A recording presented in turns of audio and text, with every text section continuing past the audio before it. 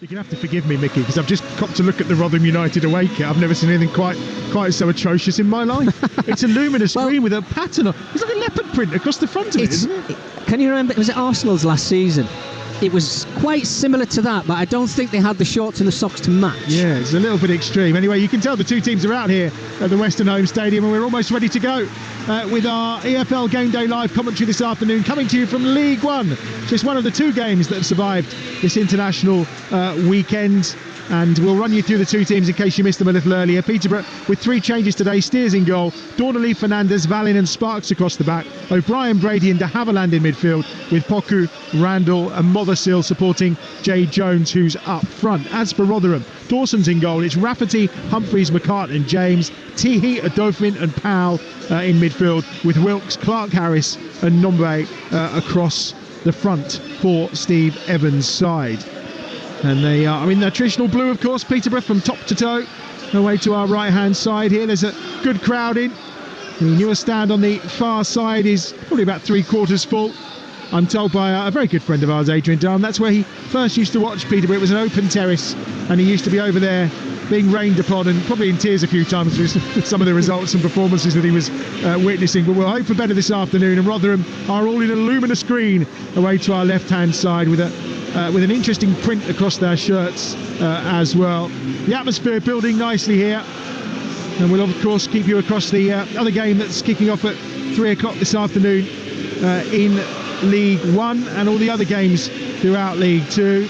It is Crawley against Shrewsbury, that's the other game that survived in League One. Already today in League Two of the EFL, it's finished Chesterfield 2, Notts County 2. And obviously over on Talksport right now, we're into the second half of the Women's Super League game between Arsenal and Chelsea, with Chelsea leading by 2-1. So Arsenal pulled a goal back in that game as well. So that game continues over on Talksport. We're almost ready to go here. It's going to be Peterborough who are going to get us underway, kicking from right to left in the opening 45 minutes. Posh away around the stadium, the supporters, plenty of a sea of blue can be seen in amongst the blue seats as well. There's a few more people make their way as we're perched high up at the back of the stand, and we are about to get underway. Our referee is Elliot Bell. He's the man in charge this afternoon, and you can expect maybe a feisty encounter when Steve Evans' side are involved, that's for sure. And we are off and running, and it's Peterborough who get us away, with de Havilland getting us underway away to that right-hand side immediately, and then Fernandez going back to Jed Steer, the former Aston Villa keeper, who is all in orange, away to our right-hand side. It's almost like we have a collection of highlighters on the field today, that's for sure, as Dornelly gives that one back to Fernandez on the far side. One thing that strikes me immediately, Mickey, about the two centre-halves here for Peterborough is just the size of them. They're massive, the pair of them. Absolutely huge. I mean, Fernandez must be, 6'5", 6'6", but as we've just seen in the first moments of this game, he's not just a centre-half. He wants to come out, he wants to play, he leaves gaps in behind, and I suppose that's why Peterborough concede so many goals, but he's very comfortable on the ball, like a lot of these Peterborough players. Sparks finds Randall shifts it out wide to that right-hand side, where Dornelly, who's come in to replace Sam Curtis, who's away on international duty with Ireland, the Sheffield United loanee. So that's one of the three changes enforced upon Peterborough and Darren Ferguson this afternoon. The sun is out, by the way. It's a chilly old October afternoon, as it often is in this international break, but we have got some sunshine following on from some hefty showers earlier. And on that far side, Ricky J. Jones has been clattered earlier on. Referee said play on though, and the offside flag is up. A high line being played by Peterborough. They've caught Johnson Clark Harris offside, probably about 3 or 4 yards inside the posh half. Yeah, and the first touch from a Rotherham player came from a challenge, Jamie McCart, on Ricky J. Jones. I mean, it was physical, and we expected it. That's exactly what we're going to get. They're just going to wait for their moments, approach when they can. They've started with a bit of a high press, haven't they, Rotherham, Adam? I mean, they haven't really had any much joy with it right now, but they're going as a 3, and they're making it difficult for Peterborough to play out from the back, albeit they've had quite a bit of joy with it so far.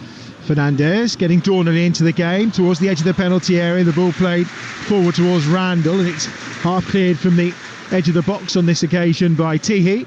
and out for a throw on that far side for Peterborough United. Level with the edge of the Rotherham United penalty area on that far side, and it's going to be Jack Dornelly, the youngster, who will take it, and just comes back towards Jack Sparks, who scored in the Football League Trophy game in midweek, his first goal for the club since he joined from Portsmouth, having to fill those boots of Harrison Burrows in that left back berth for Peterborough United. Chance maybe for Rotherham to get forward down this right hand side, and it's Johnson Clark-Harris who's on the charge, and he fouls Fernandez as part of that process, and the assistant immediately flags, and it's a free kick for Peterborough at the edge of their own penalty area. Well, Emmanuel Fernandez has done very well in the end. He's won a foul for his side. He's running back towards his own goal. He's got 2 or 3 players around him.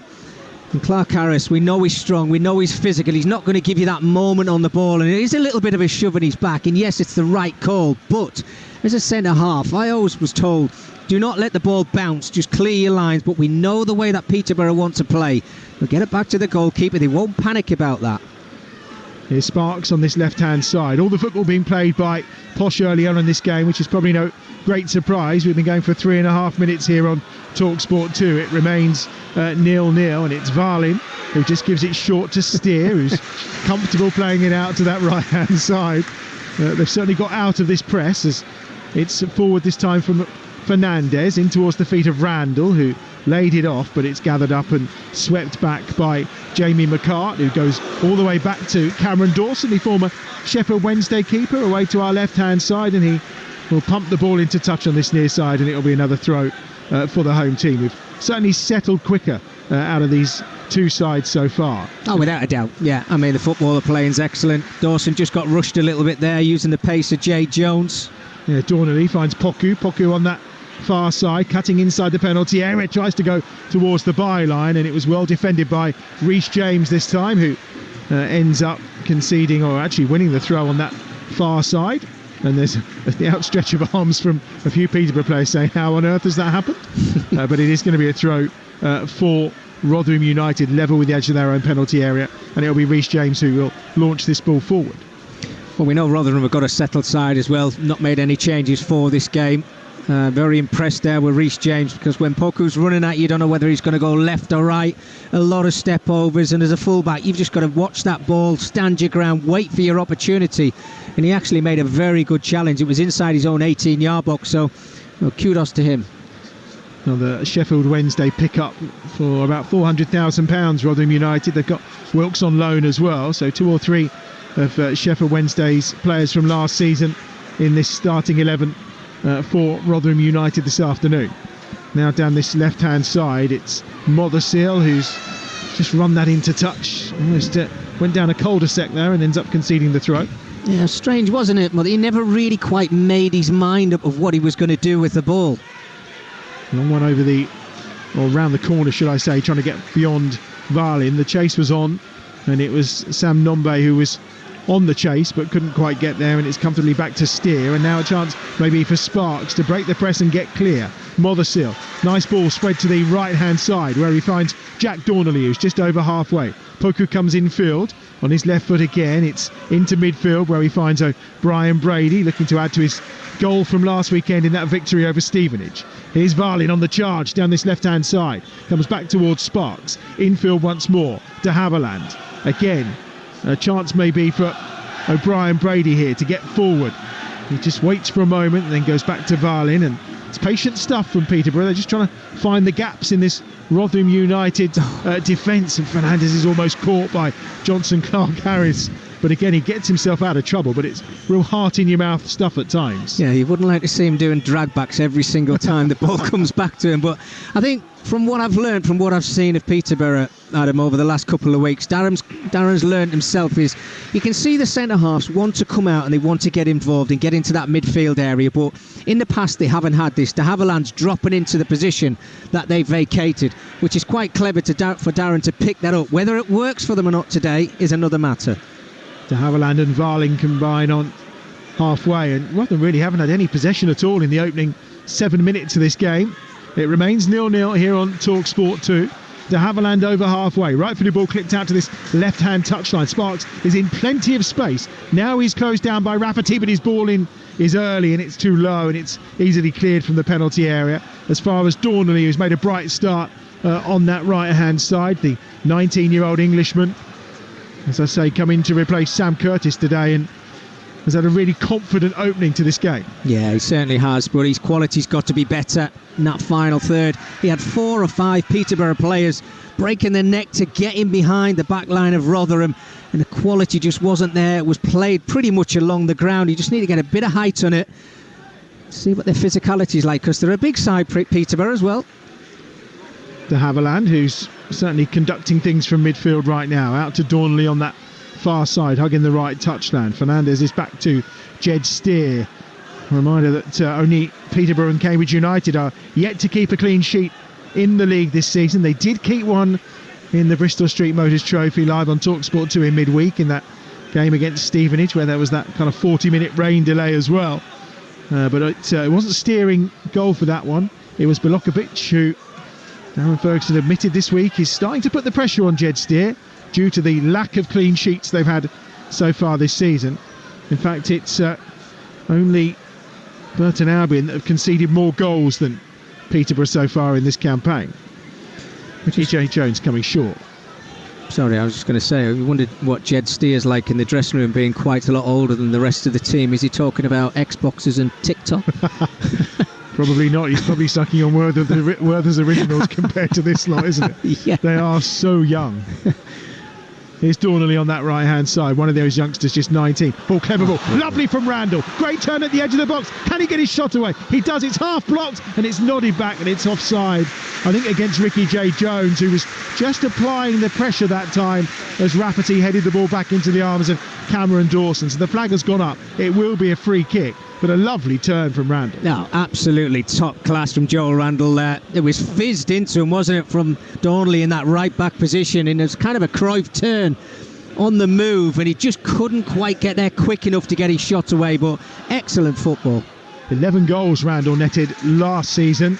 He joined from Exeter in 2021, and there was a few people interested in the summer, I'm told, but decided to stay, and then things kind of went a little bit wrong from there. But he's back in the fold, and you can see why they want him. Excellent stuff from him so far. Poku does brilliantly as he clips the ball out wide to this left-hand side. Sparks will just lay it on to Mothersill. Mothersill into Poku again. Left edge of the penalty area. Goes towards the byline. Looks to try and deliver on his left foot once more, and then he gets the cross in, but it's blocked at source by Rafferty. And Sparks on this near side is just hustled out the way on this occasion by a Dauphin. And the Dauphin trying to work it. He's shown good strength, and in the end is fouled. And Steve Evans is at the edge of his technical area, absolutely furious with referee Elliot Bell for not calling that foul sooner.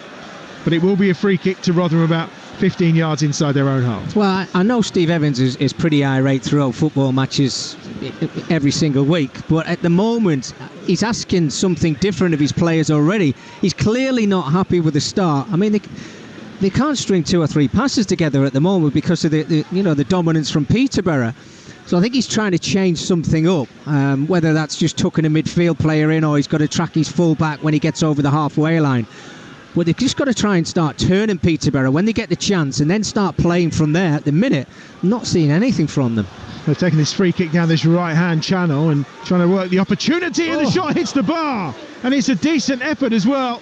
And it was a left-footed shot from Malik Wilkes, and he just caught the Peterborough defence napping, and he cut inside onto that left foot from about 20 yards out, and it does fizz against the top of the bar, and the goal kick's been taken very quickly. But there's your warning for Peterborough United. Well, without a doubt. I mean, 10 minutes gone, we've not seen absolutely anything at all from Rotherham in an attacking sense, but it's that little quick free kick. Malik Wilkes is sharper than anybody, wants to work it onto that left foot, and he whips it towards that top corner. I dare say if it was dipping under the bar, it probably goes in, but that's the threat that they have in the final third. Good news in League Two, they are back playing football today at the Cherry Red Records Stadium, of course the home of Wimbledon, after all that flood damage, and they've scored already. They lead Carlisle by 1-0, one of the early goals in League Two. Grimsby leading at Salford as well, the only 2 games with goals so far this afternoon in League Two in those 3 o'clock kickoffs. A reminder, it finished 2-2 earlier between Chesterfield and Notts County, and it was a late penalty in stoppage time David McGoldrick had the shot saved and then put the rebound in to make it 2-2 for Notts County. Varley's been given the freedom here of London Road to just charge forward, and he has, and he's well out of position. Now on the counter, a chance down this right-hand side maybe for Rotherham United. Right for the ball swung towards the back post, and it's just over the top of, I think it was Nombe that was coming in, just went beyond him. They will keep possession on that far side. It was a buccaneering run down this right-hand side by a Dauphin. And here is the ball into the penalty area. Rotherham United holding possession again. James's ball across is straight into the arms of Jed Steer, low and gathered at the near post in that 6-yard area, and they immediately to try to counter on that far side with Poku, but again it's really good defending on this occasion, and it's well swept up by Joe Powell. Well, it's taken them 10 minutes, but now they have settled into the game. Rotherham starting to play football they expected to see, getting in behind, using the pace and the power. O'Doffin, lovely run down the right hand side, but where does it come from? A Peterborough centre half breaking out from the back, giving the ball away and leaving everybody isolated. Well, it's not the first time he's been further up the field. The offside flag will go up here against Malik Wilkes, just down in front of us, midway inside posh territory, and that will be a free kick and a chance for them to clear their lines. You're listening to Talksport 2. It's EFL Game Day Live. Adam Bridge and Mickey Gray are in Peterborough for Peterborough United against Rotherham United. It remains 0-0, 13 minutes into this game. A reminder over on Talksport from 5:30 today. Big day for Super League. It's Super League Grand Final. Wigan Warriors against Hull KR. You feel on paper possibly a one-sided affair maybe. Mark Wilson, Paul Cook and Craig Murdoch will guide you through that one from 5:30 over on Talksport. And that's followed by our watch-along tonight of the boxing, and a big night of boxing as well that you can follow across Talksport from 8 o'clock this evening. Sparks has gone down on halfway. The referee's going to halt play because it looks like it's a potential head injury. Steve Evans again has got plenty to say about this to the fourth official, and they're in the ear of the officials all the time, and now he's pointing at the assistant on this near side, and Darren Ferguson as well. He certainly likes to try and referee the game from his technical area as well. Oh, he loves to be that 12th man. I think he's always been that way, hasn't he? But let's not forget, Madam, I think we touched on it as well, he's still got a little bit of a bee in his bonnet about how he left this club. So this is a big game for him. And we talked about that physicality that they've got. Malik Wilkes on this occasion, I think you could see that Sparks was just going to skip in behind him. He just put his body in the way, blocked Sparks out, and then that was it. You know, the foul was given. Yeah, he won 21 of his 52 games, and as he quite rightly pointed out this week, they were 6th in the table when the owner decided he wanted a change and wanted to bring back Darren Ferguson, which he did. It's his second spell as well in charge of Rotherham, and funnily enough he was in charge the last time Rotherham were victorious here against Peterborough. And it's worth noting that the last time these sides met back in 2020, Ivan Toney and Sammy Schmodics were the goal scorers that day for Peterborough. Have you heard of them, eh? Here's Randall trying to get a crossing down this left-hand side for Peterborough United, but it's well blocked out at the edge of the penalty area by Humphreys this time, and it will be a corner down this left-hand side for Peterborough. First of the game, and it's going to be Randall who's going to take it. Yeah, Randall with that right foot of his. Just got to say the quality into the area. Set pieces could be key today. Already touched on the height of the two centre-halves from Peterborough. Try and pick him out. Indeed, Fernandez has already got a couple of goals to his name this season. Varlin is up there as well. I hope he comes back quicker than he does from that lung-busting run earlier, because he was a little slow. But let's see what Randall's got to offer, and it's half flicked away towards the edge of the penalty area, where it's picked up this time by de Havilland. Havilland towards the byline. Chance to cut that ball across the face of goal! And it's turned in! And it's been turned in by Dornelly for Peterborough United. From close range, it was a clever ball across the penalty area from Poku. He was looking for Jay Jones, but it was James Dornelly that arrived to score his first goal for Peterborough United this season. And Dornelly's on target. And the Posh have the lead with just 17 minutes gone here. Peterborough 1, Rotherham 0. Well, we talked about the set pieces being key today. And it's not so much the corner coming into the area, it's what we call second phase. They keep the ball alive and they work it really well down that right-hand side. And when it comes to Poku, you're wondering, is he going to have a couple of little step-overs? Well, no, he just fizzes it across that 6-yard area. The Rotherham defensive line was just switched off. And who's there? James Donnelly, just to pop the ball. He couldn't really miss. If he misses it, Fernandez looks as if he's 2 inches behind him just to pop it in himself. But it's a well-worked goal, a well-deserved goal. They've had a lot of possession, just waiting for that big opportunity. And when it comes, they stick it in the back of the net. Brilliant start. They do. So it is a perfect start for Darren Ferguson's side. They have dominated possession. I mean, the better chances prior to that had gone the way of Rotherham United, but that's a way to strike back. And Wilkes getting away down this right-hand side, putting the pressure on Sparks, and the ball has had a play for a corner now to Rotherham on this right-hand side. It's interesting, actually. Rotherham have got the worst goals versus XG in League One. They've scored 9, as you mentioned, but the XG is like 15.3. Wow. It's by far and away the worst, whereas you look at Peterborough, they're actually outperforming their XG by 2.5. Whether you're a fan of XG or not, it does kind of give the indication where Rotherham's problems are. And well, we've seen already they've created opportunities, but haven't managed to score. Where they're creating chances, and when you think Johnson Clark-Harris is in the starting 11, you'd think that would be a lot higher. But they've got to start putting these opportunities in the back of the net. Look, they hit the crossbar already. They've put one decent cross into the box, which I think Nombe should have done a lot better with. But big opportunity here from a corner. It is down this right-hand side. Powell is there. Wilkes is there too. It goes across to the edge of the 6-yard box. Steer with a save. Hooked home and beyond the line. Surely it's a goal. Yes, it is. And it's turned home from inside the penalty area. Was it Nombe again, I think, from close range? And the equaliser comes almost immediately. And it looked like Steer had made a brilliant save, but then the ball was bundled over the line, and Rotherham United were behind for less than 90 seconds. We've got a game on our hands here at the Western Home Stadium. It's Peterborough United 1, Rotherham United 1. Well, I don't know what the celebration's all about. I think 4 or 5 of the Rotherham players have stood in the line outside of the 18-yard area. But let's go back to the corner. It's not dealt with at the near post. It's a scramble in the 6-yard area. Jed Steer makes a wonderful save, point blank with his right arm as somebody spins. I don't actually see who got the shot away, but then Sam Nombe is in the right place at the right time just to try and poke it towards goal. Looked like they cleared it off the line, but the linesman on our side where we're commentating from is in a perfect spot. The flag went straight up to say that's crossed the line, that's the equaliser. When you've just scored at him, the first thing you do is switch on and you stay focused. You do not let the opposition back into the game as quick as that. Really, really poor from a Peterborough perspective.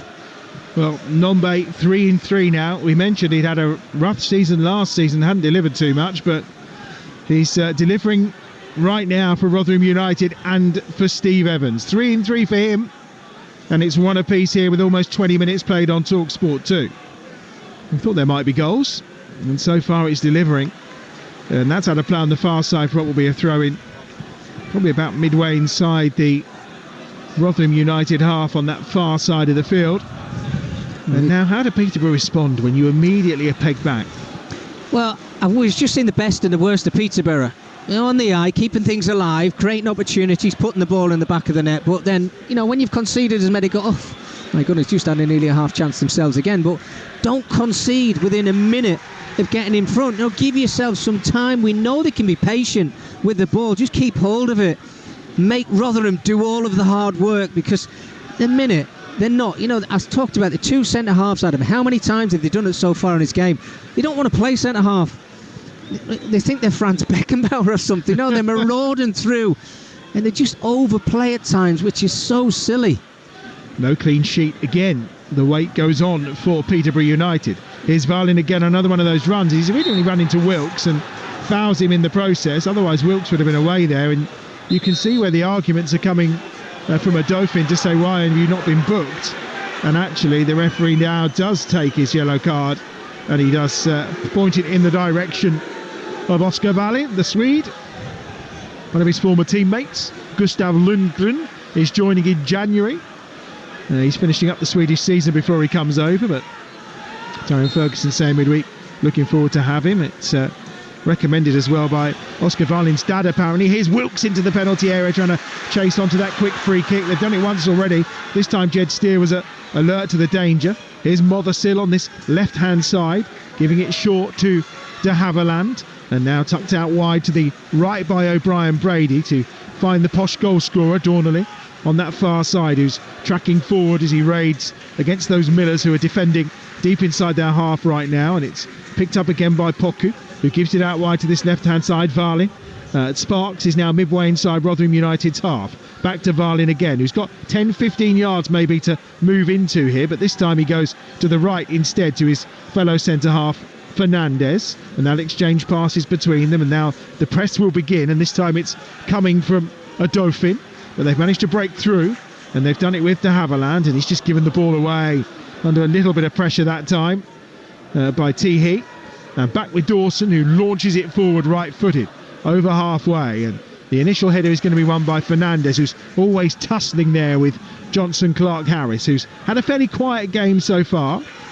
And it's Rotherham United just trying to get the ball down and see if they can deliver something, but it's all got a bit scrappy around the halfway line. And now down this right-hand side, Wilkes is going to take on Sparks, and he's got the beating of him for pace. There's no doubt about that. Wilkes onto his left foot. Brilliant finish. Brilliant goal from Malik Wilkes. And Rotherham United have turned this game on its head. And it's an absolute stunner from the Sheffield Wednesday loanee.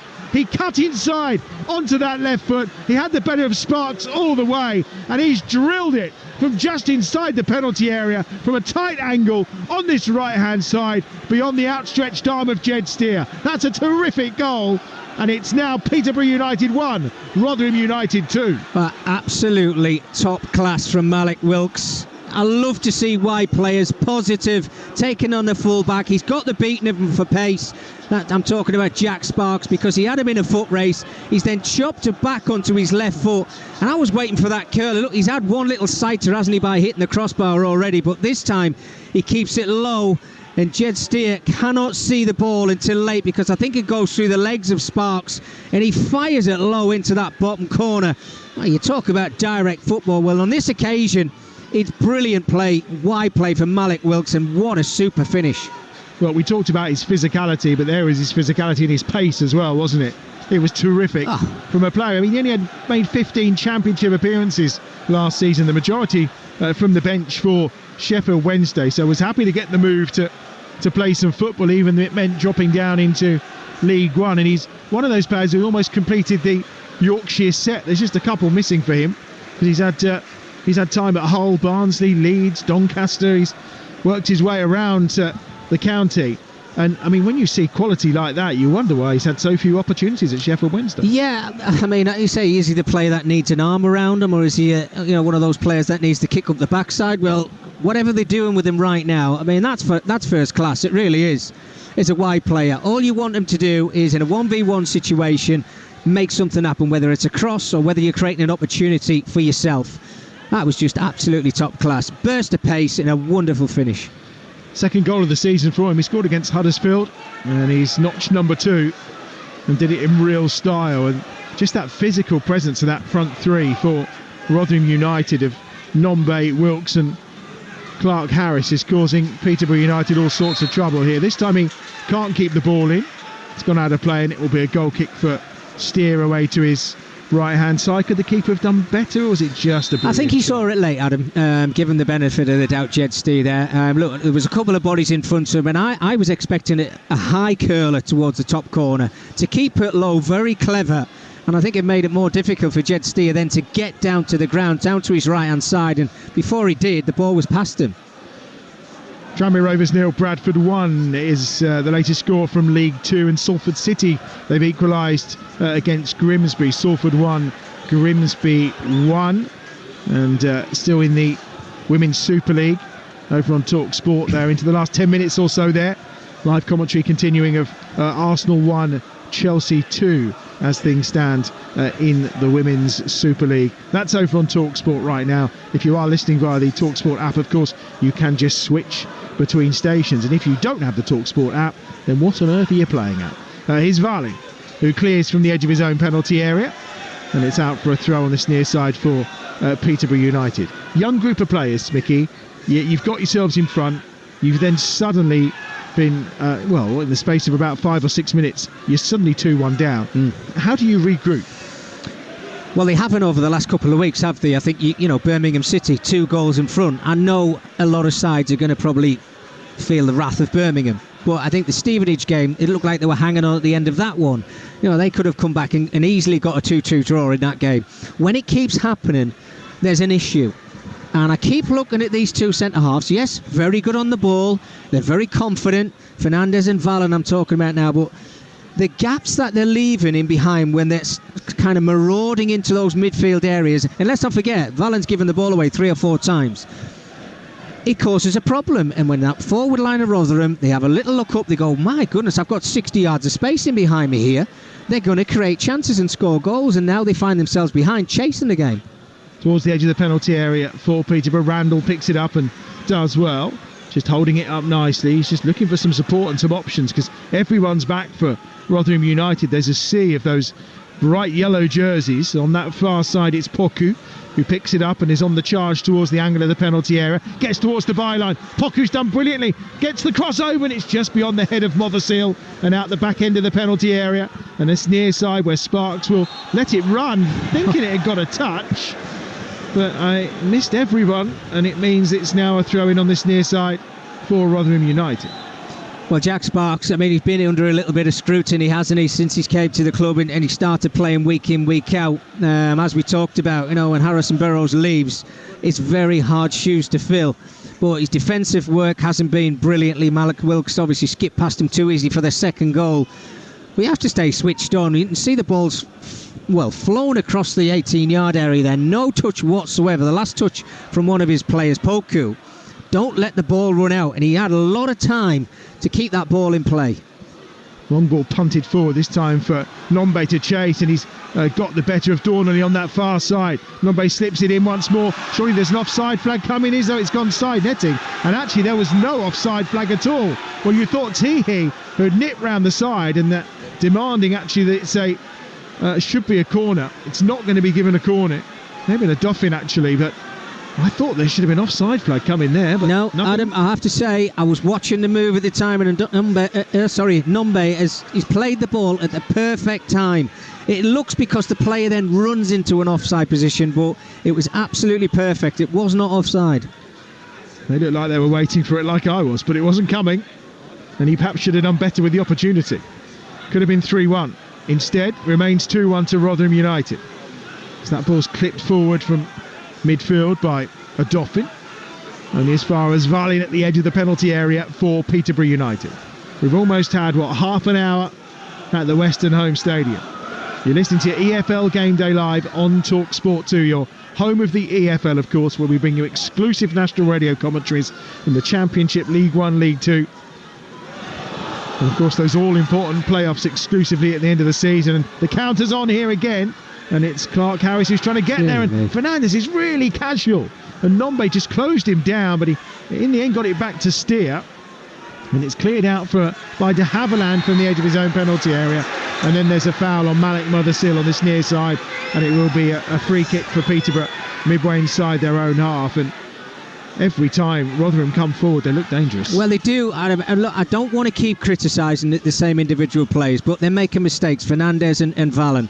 Look at the gap between the two centre-halves as we're speaking now. It's too big. When you see Rotherham, they're together, they're neat, they know their positions, the organisation, the communication is there. And when it goes into those midfield areas, you've got to keep hold of the ball. You've got to know what's around you. Your awareness as a midfield player, and I'm talking about the Peterborough players here now. Give the ball simple, grow your confidence, and when it's back, then you can start doing the special little tricks. Well, there's no doubt Kyprianou and Collins would be the first choice midfielders today for Peterborough United, but with Collins suspended and Kyprianou injured, it's very much making do as Poku is fouled on that far side. And it'll be a free kick for Peterborough United, midway inside the Rotherham United half. And Sparks has gone across, but no surprise, Joel Randall's gone over too, as they look for some quality delivery into the penalty area. Yeah, again, the two centre-halves have gone up, and this is maybe where you can use them as an advantage, that height, the physical presence that they've got.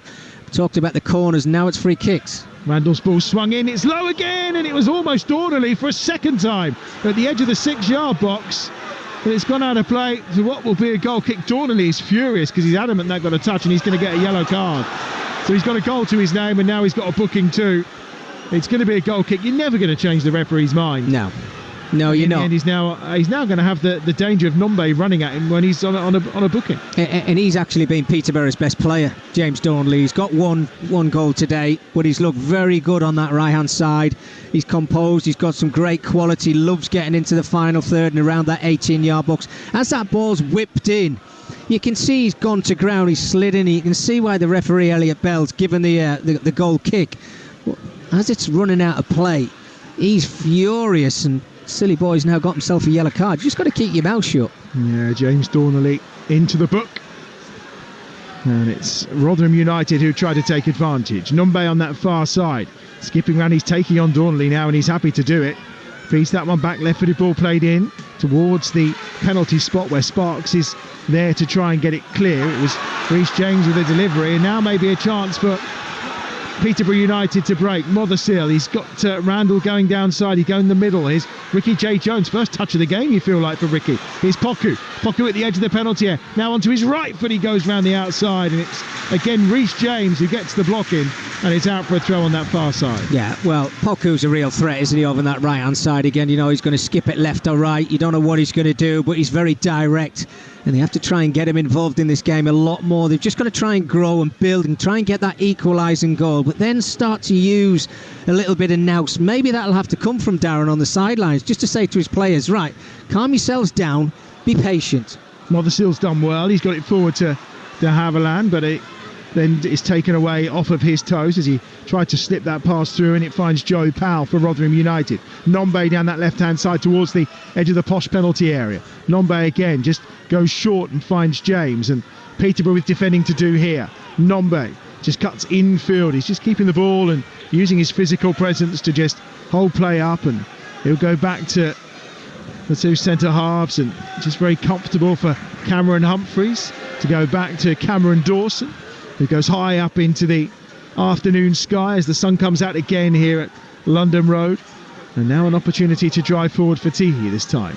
Down this right-hand side, it's Wilkes, the scorer of Rotherham United's second goal. He's taking on Sparks again, is Wilkes. Just teasing with him onto that left foot of his. Now he tries to go down the outside, but Sparks is there, and that's much better defending this time from Sparks.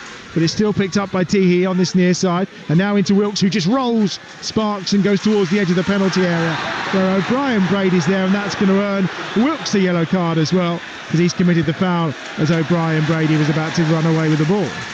Yeah, right, yellow card there from Malik Wilkes. Absolutely silly, really, because he's in an advanced position. What a battle we've got with Jack Sparks and Malik Wilkes over on this right-hand side. You know, 1v1 situation. Sparks does really well. He's patient, he waits for his opportunity. It's a super challenge, but then moments later the ball's back at Wilkes' feet. So, my goodness, that has just been continuous for the first half of this game. It's a great game as well, isn't it? 10 minutes to go to half-time. Peterborough United 1, Rotherham United 2. Crawley against Shrewsbury, the other game in League One. That's one apiece right now. Poku's on the charge down that right-hand side. Unfortunate with the ricochet, because it almost fell to Dornley inside the penalty area. And now Rotherham United try and break away, and it's Clark Harris that goes down. He wants the free kick against Fernandez, but not given by referee Bell.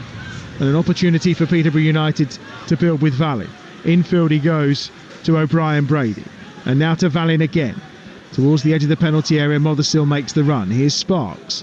O'Brien Brady. Vallin again is way out of position if there's a break on for Rotherham United. Nombe just runs in that time to de Havilland. And this time the free kick does go the way of the visitors, and it's about 10 yards inside their own half. You're listening to Talksport 2, and it remains 2-1 to Rotherham United.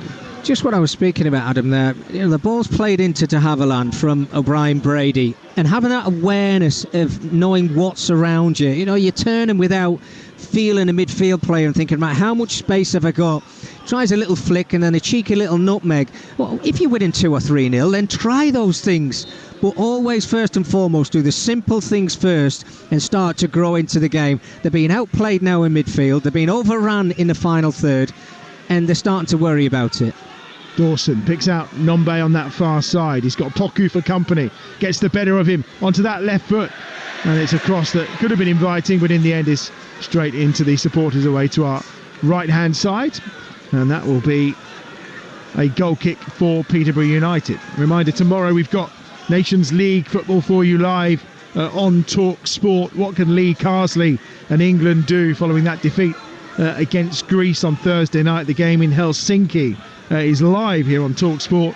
Jim Proudfoot, Stuart Pearson, Adrian Durham and Faker. Others are certainly on their way to Helsinki. Some are already there ahead of that game tomorrow night from 5 o'clock here on Talksport. Here's Poku towards the edge of the penalty area. Takes a deflection, the shot, and it's headed away comfortably on this near side by a Dauphin. And now he'll try and charge forward, this time Teehee infield to a Dauphin again. And it's a pass that had to be dealt with on this occasion, on this right hand side by Joe Rafferty. And now quite fortuitously there's a chance for Rotherham United to break here down that left hand side. Nombe, he's got the lung busting run of Reece James outside him, and he tries to feed Reece James. Can he keep the ball in? Yes he can, but he can just hook it back as far as Jed Steer at the edge of his 6-yard area. Well, he's done pretty well, Reece James, actually, to keep that ball in play. Again, it's a physical move from Rotherham. They're winning the battles now, and they're bullying Peterborough. And these young players out there now, Adam, the Peterborough I'm talking about, they've got to grow into men and as quickly as they possibly can, because if this continues, you can only see Rotherham adding to their lead. Captain Fernandez gets it forward to Dornelly on that right-hand side. Back to Fernandez again, who now chooses to stride forward into the Rotherham United half with purpose, and then plays it to the left to De Havilland, and then infield again. It finds its way to Fernandez once more. Patient build-up here from Peterborough United. Interesting listening to Darren Ferguson midweek. He said he likes it when they play with a quicker tempo. Well, here's Fernandez at the byline. The centre half, left-footed ball swung towards the back post. Too much on it, and it's out of play. And I think Darren Ferguson incredibly frustrated, probably with the tempo at which they were playing, but the fact that that ball's been swung in by centre half. Well, I can't catch my breath, Adam. I really can't. A few years ago, I think it was when Chris Wilder was last at Sheffield United. They had the underlapping centre halves, but they had 3. They actually kept a couple of them back. I mean, on this occasion, Fernandez is a little give and go, a little 1-2 round the corner. He's crossed the ball from the opposition's byline. Peterborough's centre half. Now, Darren's more savvy than me. This is why he's been in management for a long, long time.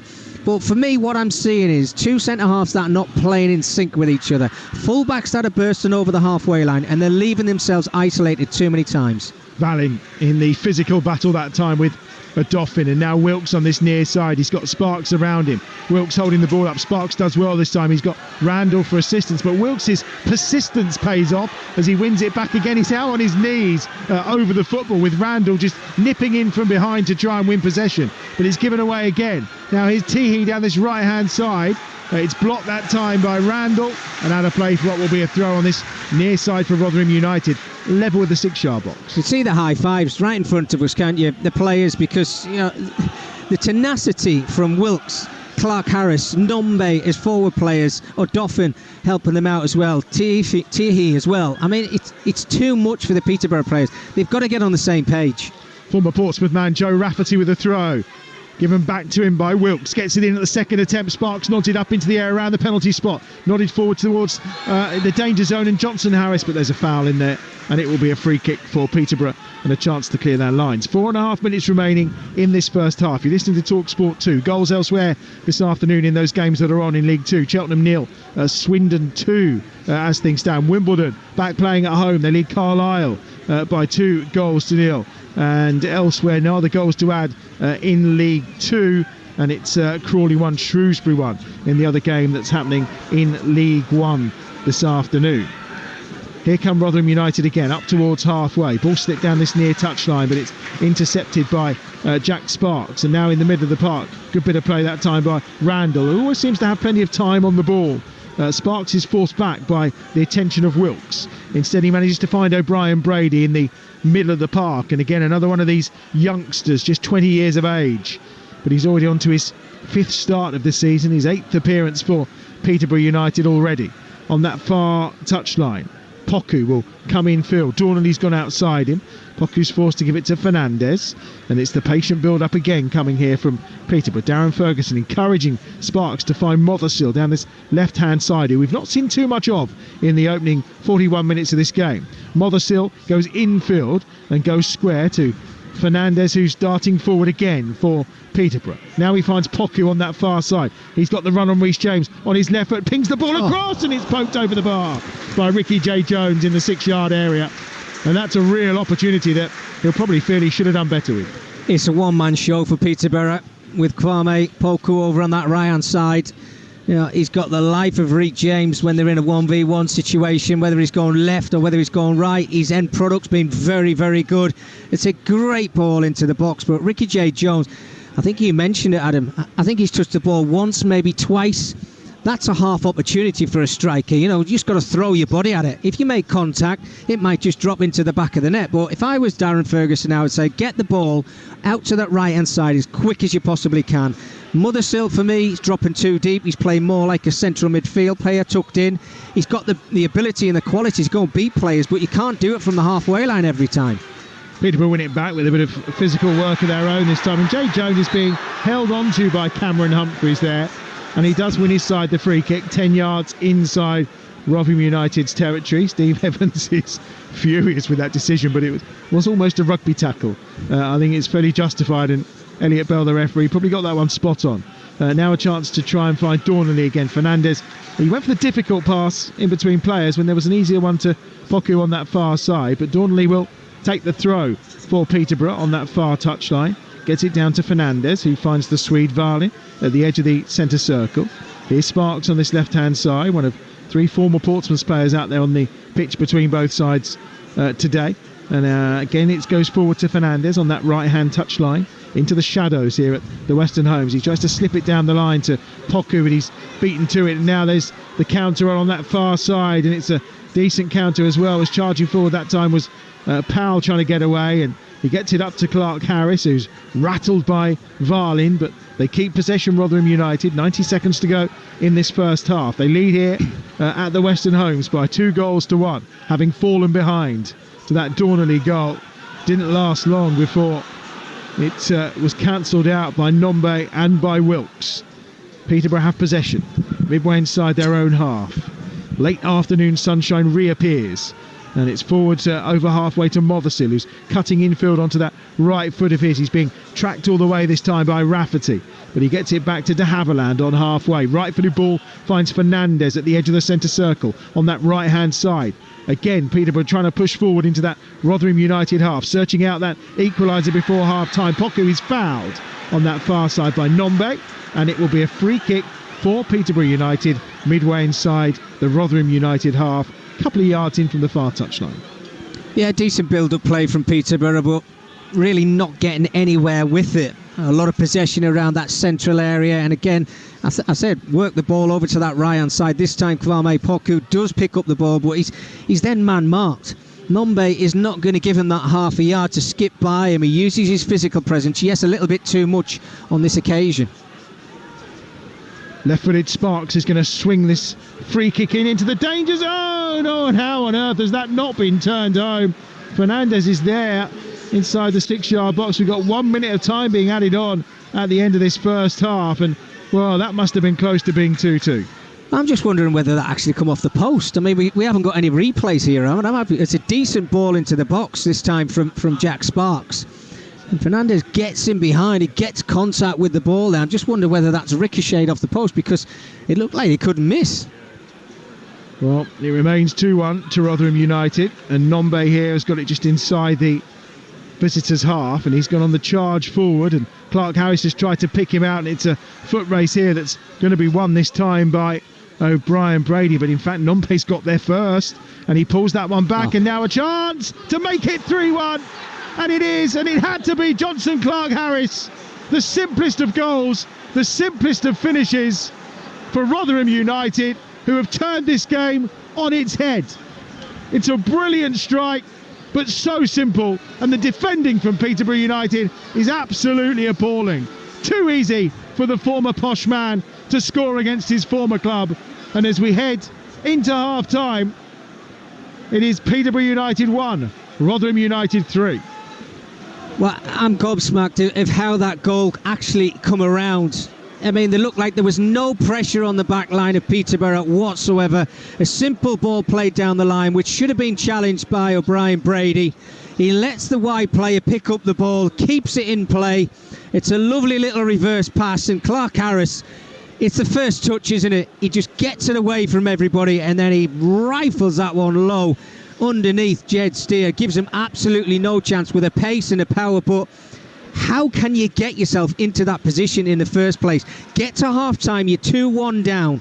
Do not give the opposition a chance with, 30 seconds to go before the half-time whistle. That is so poor. It really is. I think Darren's got to maybe have a look at his system, Adam, because I think they need to play it at 5 and let the two wing-backs get forward over the halfway line, because this is not working. Well, Clark Harris, I think, is we knew he was struggling. He came off last week, and he's hobbling around. We are into, beyond the minute that was added at the end of this first half. Is Fernandez driving forward again. Here's Poku, 25 yards from goal. He's got Dornley outside of him on the right hand side. Dornley with the early crossover. It's headed up in the air that time by and away by Powell, and then eventually cleared, and there's the half-time whistle. And no wonder there are some boos around the Western Home Stadium. It's no great surprise as Johnson Clark Harris is limping off down below us towards that technical area. And what a half of football it's been for Rotherham United.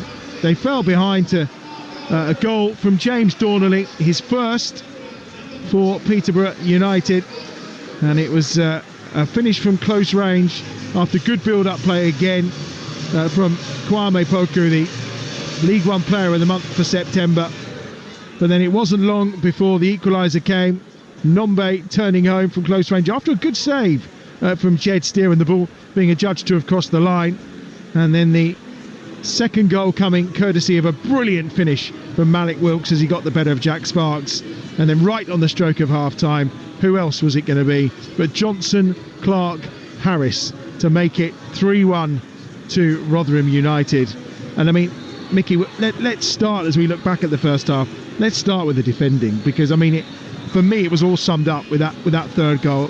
You heard me say Nombe he was second in the foot race to O'Brien Brady. Yeah. He got there and he literally in his own time just laid the ball into the path of Clark Harris. No one was with him, no one was tracking him, there was no one in the penalty area, and then as soon as the ball hit the back of the net, you saw 7 blue shirts all down on their haunches as if to say, well, what's just happened? Well, there's two sides to football, isn't there? One side of it is what can you do with it when you've got the ball, and the other side of football is what can you do with it when you haven't got it. Now, they've been good on the eye, Peterborough, a lot of possession in that first half. I think it's over 70%, 76% possession. But what are you doing with that? Yes, they put the ball in the back of the net, good goal and a good finish from the set piece. They give themselves that stranglehold in the game. But from that moment, or a minute after that, it's been backs to the wall. Sloppy defending. Some of the things that I'm seeing from Peterborough, and I touched on it in that first half, I've never seen two centre-half play that wide for each other in my lifetime.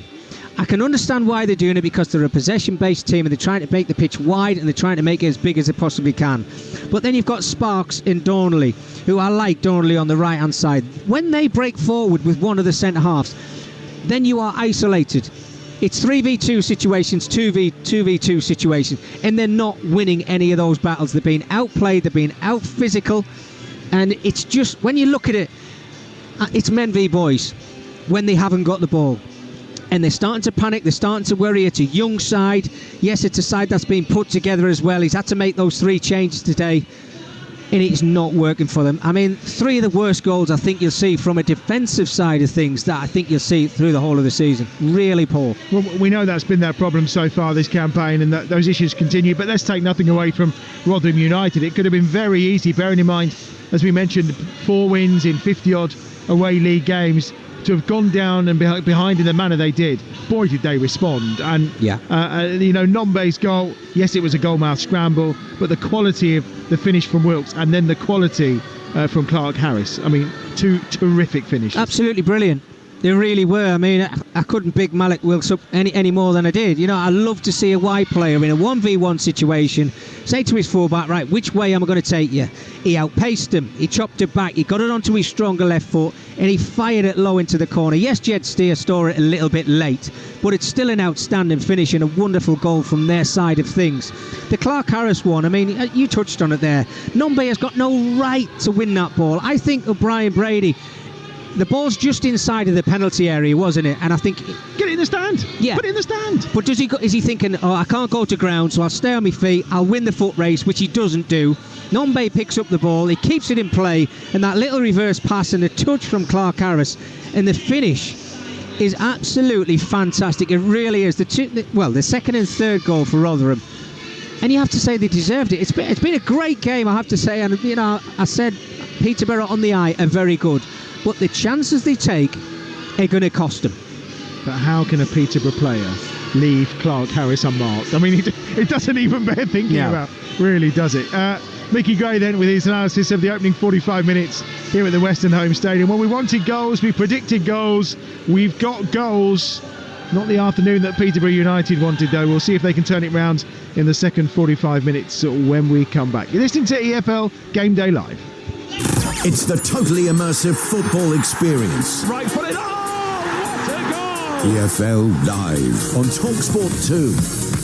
Hawksby and Jacobs on Talksport with Toolstation. Unfiltered football debate done right. Vatican City football team, Pep Swiss Guardiola. Big hitting cricket comment done right. Ricky Pontiff. No, yeah, cricket. You can't have cricket. No, you can't have cricket. Knockout boxing opinion done right. That was a classic. Legendary. Entertaining afternoon radio done right. Well, some would say it's absolute news. Hawksby and Jacobs weekday afternoons from 1 on Talksport with Toolstation for a job done right. Hey, it's Roman here. Have you seen the new iPhone 16 Pro and its new camera control? You can now access your camera tools so fast you'll always capture the perfect shot. What's even better, now at Vodafone, you can get a new iPhone every year thanks to Vodafone Exchange and get that new iPhone feeling every year. Go online or in-store today. Vodafone, the nation's network. Exchange on iPhone 16 series or pristine refurbed phones. 12 months before phone plan ends. Trade in good condition and upgrade every year based on 24-month plan. See vodafone.co.uk/exchange for terms and verification. What to give Dad for his birthday? Because what do you give a man whose catchphrase is, don't get me anything? He's into cycling, so maybe some fashionable cycling shorts? Or maybe a scratch card from the National Lottery. Something to show you haven't forgotten, but avoids the danger of any more lycra in his wardrobe. The National Lottery, best gift ever. Please gift responsibly. And remember, you need to be 18 or over to buy, gift and play. Even though it's a gift, rules and procedures apply. I really need someone I can trust for quality kitchens and bedrooms. Just say Wren. Great. I'm looking for the fastest units to install with reliable delivery and a no-hassle service. Just say Wren. Oh, and my customer will need up to 7 years interest-free credit. All from a name they know and love. Yeah, and I'll need to open a trade account today. Just say Wren. You can trust Wren's exceptional trade service to deliver quality kitchens and bedrooms. No hassle, on time and on budget. Visit wrentrade.com today. T's and C's apply. Did you own or lease a diesel vehicle between 2009 and 2018? You may have been misled about your car's high emissions, which means you could be entitled to significant compensation due to higher fuel costs and lower resale value. BMW, Ford, Citroën, Volvo and Peugeot drivers, find out if you're eligible at carclaim.co. Check multiple cars for free and get a decision in 30 seconds. You've got nothing to lose. The deadline ends soon, so start your claim today at carclaim.co. At Vision Express, I step out feeling confident. Pay monthly with the Vision Express Eye Care Plan. Until 30th of November 2024, save 25% on glasses, which means you get 2 pairs from just £5.40 a month, plus a free advanced eye test, including an OCT 3D scan, breakage and loss protection, and more. Vision Express. Express your vision. 2-year interest-free loan subject to status. VE is a credit broker, not a lender, representing Adaro Optics Limited, authorised by the Financial Conduct Authority. Sunday afternoon, the Nations League live on Talksport. He's bolted it high into the roof of the net. Finland, Finland, Finland. Versus England, the country that we want to be. Start to finish. Coverage from 4, kick-off 5 p.m. Oh, it's in! Sunday afternoon on Talksport. He's not finished, he's only 28. Live football coverage that's beyond compare. The angle tight, he shoots! It's in again! No one does football quite like this. He hits it first time, what a volley, what a goal! EFL Live on Talksport 2. You're listening to EFL Game Day Live here on Talksport 2, where at half-time it's Peterborough 1, Rotherham 3. We'll bring you full second-half commentary to come. but following us at 5 this afternoon, our attention will turn to the Nations League. Scotland are in action as they travel to Croatia in Group A. We'll have updates to that game over on Talksport. Let's hear now from the Scotland manager Steve Clarke. They've won just one of their last 14 internationals, that coming against Gibraltar. And he says he wants to use this Nations League campaign to learn as much as they can as they bid to qualify for the 2026 World Cup. It's horrible, right? Not winning games is horrible, but you have to I have to try and look at the big picture. And I'm not saying we're using this campaign to prepare for the next qualifying campaign, but there is an element of that where we can use these matches to try and prepare ourselves, because the ultimate aim for me as head coach, and I've already spoke about it, is I would love to go to a World Cup finals with my country, and that's the challenge that I'm focused on. Kick-off in the game is about an hour away or so. Reporting on it for Talksport and with the team news for us is James Fielden. Yeah, thanks very much, Adam. Scotland have lost both Nations League games following promotion from League B in their last campaign, and looking for a win here in Zagreb for a first time since 2013 when Robert Snodgrass delivered the winner. They're struggling right now, so many players out injured, 10 missing from this senior squad today. And with Portugal coming at Hampden on Tuesday night, it looks like another hard couple of games for Steve Clarke's side, who are now winless in 6 and have won just one of 14 games in all competitions since September. They are winless in 8 competitive matches, the longest streak in the country's history. In terms of the team news today, we'll start with Croatia, who've made 4 changes from their last competitive game against Poland in September. Mario Pasalic coming in, as well as Luka Sucic, Ivan Perisic, of course everyone knows as well, and Andrej Kramaric, who had that spell at Leicester a number of years ago. They line up in a 3-4-3, Livakovic in goal, Shutalo at right centre-back, Saleta Sarr in the middle and Gvardiol on the left, Perisic, Modric, Mario Pasalic and Sosa across midfield. Luka Sucic and Kramaric either side of Matanovic, who starts up front, just his third cap, the Eintracht Frankfurt forward. For Scotland, 3 changes, 3 players out injured. Angus Gunn in goal is replaced by Craig Gordon. John McGinn drops out and Scott McKenna as well, neither in the squad. John Suter and Ben Doak come in. So Scotland, we think, go 4-2-3-1. Gordon in goal, Ralston, Suter, Hanley and Robertson across the back. Gilmore and McLean in midfield. Doak wide right, McTominay in the 10 and Christie off the left. Dykes starting through the middle for Scotland. A sellout crowd here at the Stadion Maximir for Croatia against Scotland. Yeah, let's hope Scotland can get themselves back to winning ways. James will be covering that game over on Talksport. 5 o'clock kickoff. Of course, you can follow it there during the grand final coverage, which is, of course, Wigan against Hull KR, which kicks off at 5:30 this afternoon over on Talksport. All right, let's get that odds update with William Hill. In the Zone on Talksport 2 with William Hill. 18+, gambleaware.org. Alex Dunn is back with us to bring us the latest in-play odds from our game here at the Western Home Stadium. And Alex, you predicted goals, and boy, have we delivered. Yeah, what a first half. Peterborough 1, Rotherham 3. And the in-play odds see Peterborough 14-1 to mount a comeback. The draw is 6-1. Rotherham are 1-7. I can tell you Peterborough were 18-1 just a couple of minutes ago during half-time. They've actually shortened. It's one of those, isn't it? Realistically, Rotherham should go on to win this and win it by a few. But at the same time, we've seen Peterborough come from behind before. It's not impossible. 14-1 is probably a fair reflection. What I would say is, I'd say more goals are likely. Over 5.5 match goals, so we need a couple more for that to land. Is 4-5. Over 6.5 is 12-5. And a whole host of player markets as well. I mentioned Ricky J. Jones pre-match. He hasn't scored yet.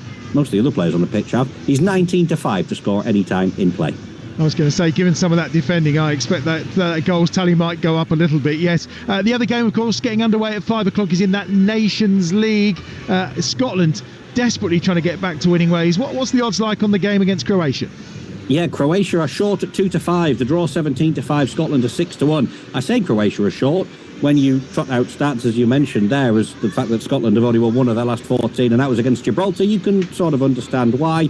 We do have enhanced odds live right now. That's Croatia to win both halves at 100-30, boosted out from 11-4. If you are looking for a pro-Scotland pick, McTominay to score any time, as he so often does for the national team, is 5-1 from 4s. Plenty of markets available. If you can't find one that you like, you can build your own. I had a play around with the bet builder. I went with both teams to score no, Scotland to have the most cards in the game, and Croatia to have the most corners in the game.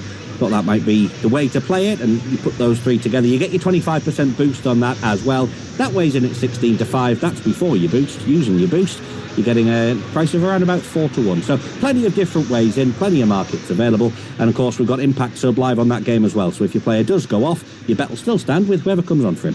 Yeah, McTominay in great form as well at Napoli, so sounds like a decent bet. Thanks for that, Alex. That was today's odds update with William Hill. 18+, begambleaware.org.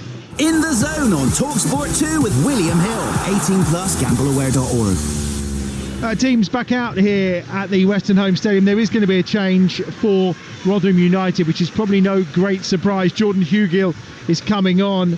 I think Johnson Clark-Harris proved his point with his goal, and we said he was limping as he was off celebrating. So Hugill is coming on for Rotherham. Let's see if we've got any changes coming from Peterborough United as we look out. No, I think they're all returning. Maybe a case Mickey is one of those, well, you got us into this mess, now you get us out of it. Yeah, absolutely that, yeah. I mean, he's expecting a performance, Darren, from his players in his second 45 minutes. It'll surprise me, and I don't think it's going to happen, Adam. It'll really surprise me if the system doesn't change. You know, whether they pull the two wide players and make it more narrow and difficult in that midfield area, but they've got to make something happen themselves in the second half. So they're going to leave themselves open at the back, but the forward players have got to step up to the plate. They've got to give them something special, and defensively, just shore up a little bit, make it harder for Rotherham. Well, Jordan Hugill's got 4 goals in the Football League Trophy so far this season. He's only got 10 goals in his 67 appearances in recent times, so he's not been in the best of form as Jordan Hugill. And of course he's been moving around from club to club over the last few years, so the referee just waits for a moment, and it will be we're all being delayed here. It's going to be Powell who's going to get us underway, but everyone jumping the gun and going a little bit too soon. As the second half about to get underway then on Talksport 2, and it's going to be Rotherham who are kicking from right to left in this second 45 minutes. 3-1 in front as things stand, and already Nombe down this near side. He's being tracked all the way by Poku this time, who's doing some of the defensive work, and he's done well. He's found Dornelly back inside their own penalty area, and Fernandez has let it run across under pressure from Hugill, giving it away to Wilkes, who tried to feed Hugill, but it was blocked inside the box, and almost calamitous defending again right at the start of this second half from Peterborough United. Well, nothing's changed in the half-time tea, has it, from Peterborough? My goodness, they take some risks. I think benefit of the doubt, I suppose, Adam, is it's a young team, and Darren wants them to go and express themselves.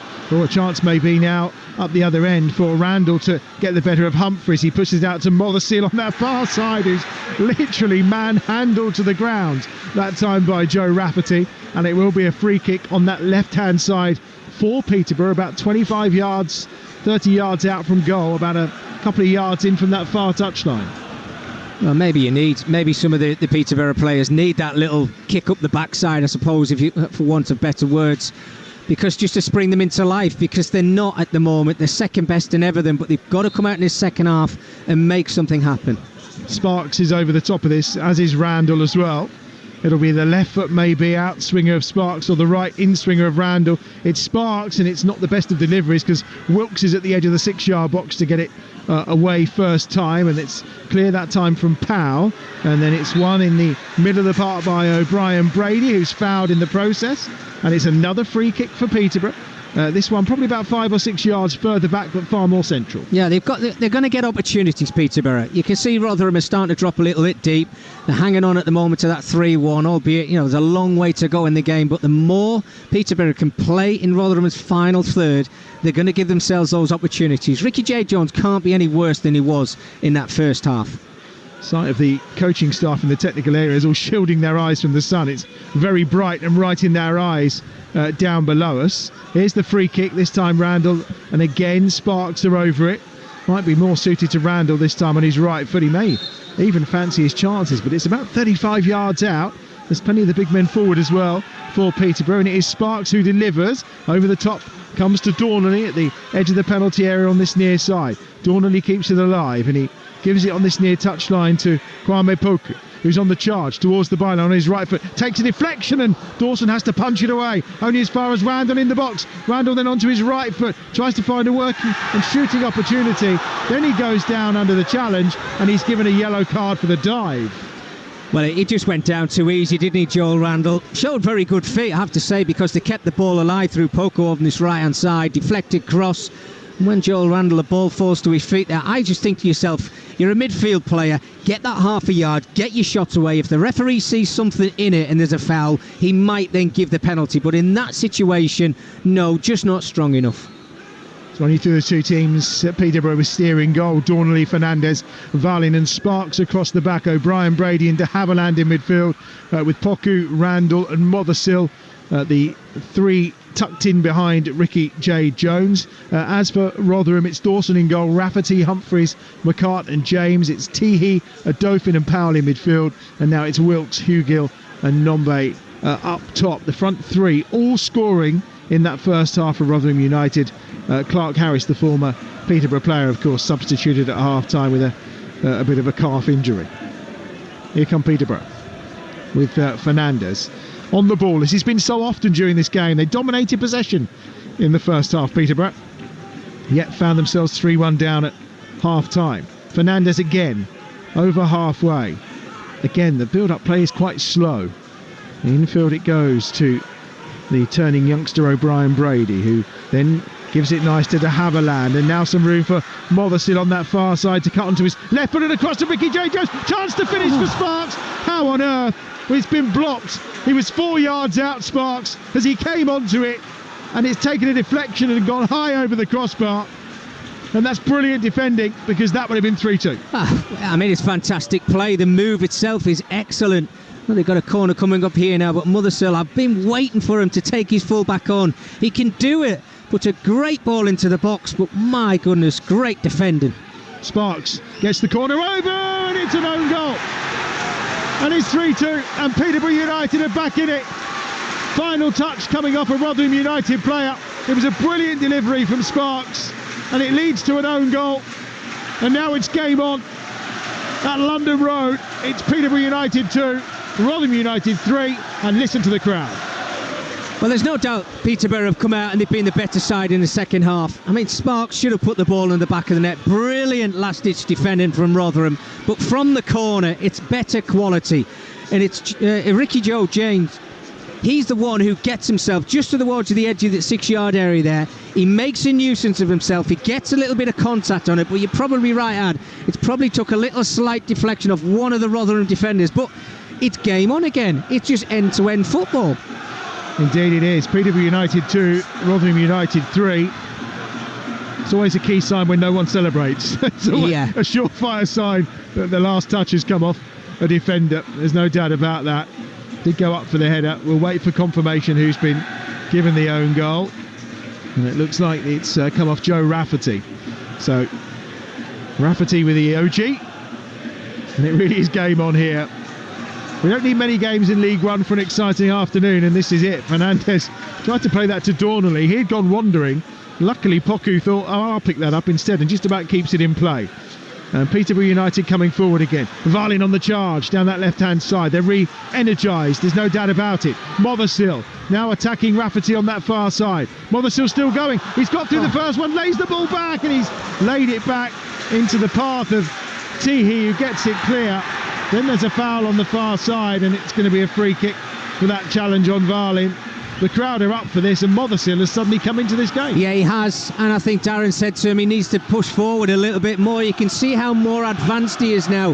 Why did he not do that in the first half? Because he's got the quality to do it. Look, he's demanding the ball now. He didn't see them do that once in the first 45. He's gone in early to Ricky J. Jones. Poku's there! Sneaking round the back, and again it's a good hand on it from Dawson to deny Poku the chance to make it 3-3. A brilliant ball from Mothersill. J. Jones went up for the original header, and then Poku was the last one to close in, but it's Dawson who palms it behind for the corner. Well, Mothersill just looks like a completely different player in the second half. How they've not got the equaliser, I do not know. Sparks swings this one in and in, and it's 3-3, and it's Fernandez with a header, his third goal of the season. And Peterborough United, what a start to this second half. 3-1 down at half-time, and already within 7.5 minutes it's 3-3, and London Road is alive They're all on their feet around us. He may be a calamitous defender, but that's a great header, and it's his third goal of the season, and it's Peterborough United 3, Rotherham United 3. My God, get me a season ticket for here, please. What a game of football. Did not see this coming at all, but I have to say Peterborough have reacted. They've come out in the second half. They've taken the game to Rotherham. The own goal to make it 3-2. And Fernandez coming up from the back. We talked about the physicality. A brilliant ball in from Jack Sparks. He wanted it more, Fernandez. He got his head on it. Absolutely brilliant. Game on now. Certainly is. And we got another 36 and a half minutes of this, Mickey. Yeah, I can't wait for it. I'm loving it. This is good Saturday afternoon entertainment for sure here on Talksport 2. EFL Game Day Live. We're in League One and never disappoints. Now on this left-hand side, looking to come forward is Reece James, and he finds Nombe, left edge of the penalty area. How can Rotherham United respond in this game? And it's controlled this time by James. Back forward to Nombe again towards the byline, too much on it. He really did overhit that pass that time. And it's Jamie McCart who laid it forward, and it's out of play for a goal kick to Peterborough United away to our left-hand side. Well, we might be able to take a little bit of a breath now, Adam, as well, but I touch on it always when I do League One games or Championship games, the importance of set pieces and having the quality. Well, Jack Sparks, he had a bit of a difficult first 45 minutes, but he's come out in the second half, should have scored, brilliantly cleared off the line. His two corners have been on the money, and look what happens. The own goal, 3-2, and then 3-3 is all down to his quality and the bravery of Darren Ferguson's players to get their head on that, and it's exactly what they've done. Here's Poku. Poku on the charge past Nombe. Cuts it into the box, looking to try and find Dornley again, but Nombe will get it clear down this left-hand side, but he'll only get it clear as far as Fernandez, who's got some more confidence about him. Not that he was lacking in that anyway. And he gives it infield to O'Brien Brady. Now to the left-hand side where Randall's there, 10 yards inside the Rotherham United half. His ball forward to try and find Mothersill is intercepted, and it's away by, on that far side of Dauphin. And now Sparks will go all the way back to steer away to our left-hand side. 3-3, 10 minutes gone in this second half.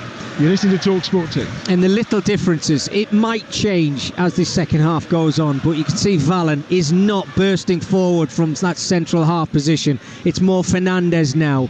And they're just being a little bit more disciplined. I've already talked about Mothersill on this left-hand side. He's more advanced. It's given them a better opportunity in the final third.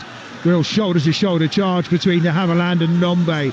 And it's de Havilland who was judged to have made a legal tackle. Mothersill cutting infield this time. Now he's on the turn to get away from Rafferty, who's having a tough time at the start of this second half. Now it's picked up by Sparks on that left-hand side. Digs the ball out towards Ricky J. Jones, and in the end Rafferty has to nod it behind for another corner, this time on the left-hand side for Peterborough United. Yeah, it's just pressure from Peterborough. Lovely football, but now they're being more advanced. They're getting somewhere with this possession. They're using the wide players a lot more. The forward players are making runs, and the full-backs have been told, look, you get half a yard, you whip that ball into the box, and you get your just rewards. Here comes the corner from the left-hand side. Going to be swung in this time from Randall, right-footed, and the keeper's come for it. Hasn't got there. It's hacked clear in the end, and it had to be hacked clear by McCart. Back into the danger zone this time comes from de Havilland, nodded away towards the edge of the penalty area. Now it's taken down by de Havilland again. Poku has it at his feet, edge of the penalty area. He's got support alongside him in Ricky J. Jones, who gives it back this time to de Havilland. Now at the edge of the centre circle. It's picked up by Sparks. Sparks is thinking of shooting here from kind of 40, 45 yards out. Instead he gives it to Randall on that far side. Mothersill now. Can he take on Rafferty once more? Cutting across, tries to slip a ball into the penalty area where Jones was trying to get on the end of it. And in the end it's easily cleared this time and away by Humphreys. Feels for handball, not given. Fernandez is there and he wins the ball with a crunching challenge on Hakima Dauphin. And now it's a chance maybe for O'Brien Brady, almost dispossessed but does well. He finds Sparks, Mothersill, decent little layoff to Randall. They're on the charge again, plenty of blue shirts forward. Randall gets it across the edge of the 6-yard box, but it's straight into the arms of Cameron Dorsey. Well, Darren Ferguson must be proud as punch, because at half-time he's had a word with his players. He's got them out onto the pitch and said, right, they're the changes, you go and react. I was expecting changes, Adam. I thought you were expecting changes from Peterborough. They never come. but the players have reacted to it. They've taken it all on board, and you can see the football that they're playing now. Their tails are up, they're enjoying themselves. The one thing we did say, Mickey, was about Darren likes to play with tempo, and their build-up play is so much quicker in the second half, isn't it? Just they are moving the ball quicker. They're not panicking, they're just moving it faster. No, absolutely, and it's little things, isn't it? But they come to mind when you see what happened in that first half. I talked to the centre-halves. They've not really advanced from their positions, which is helping them out defensively. They're giving it to the midfield players a lot quicker, as you said there before. You know, the tempo's quicker. And when they get into those areas, be a threat, and that's exactly what they have been. It's Donnelly. He's been busy down this right-hand side the entire game. He was the scorer of the first goal for Peterborough this afternoon.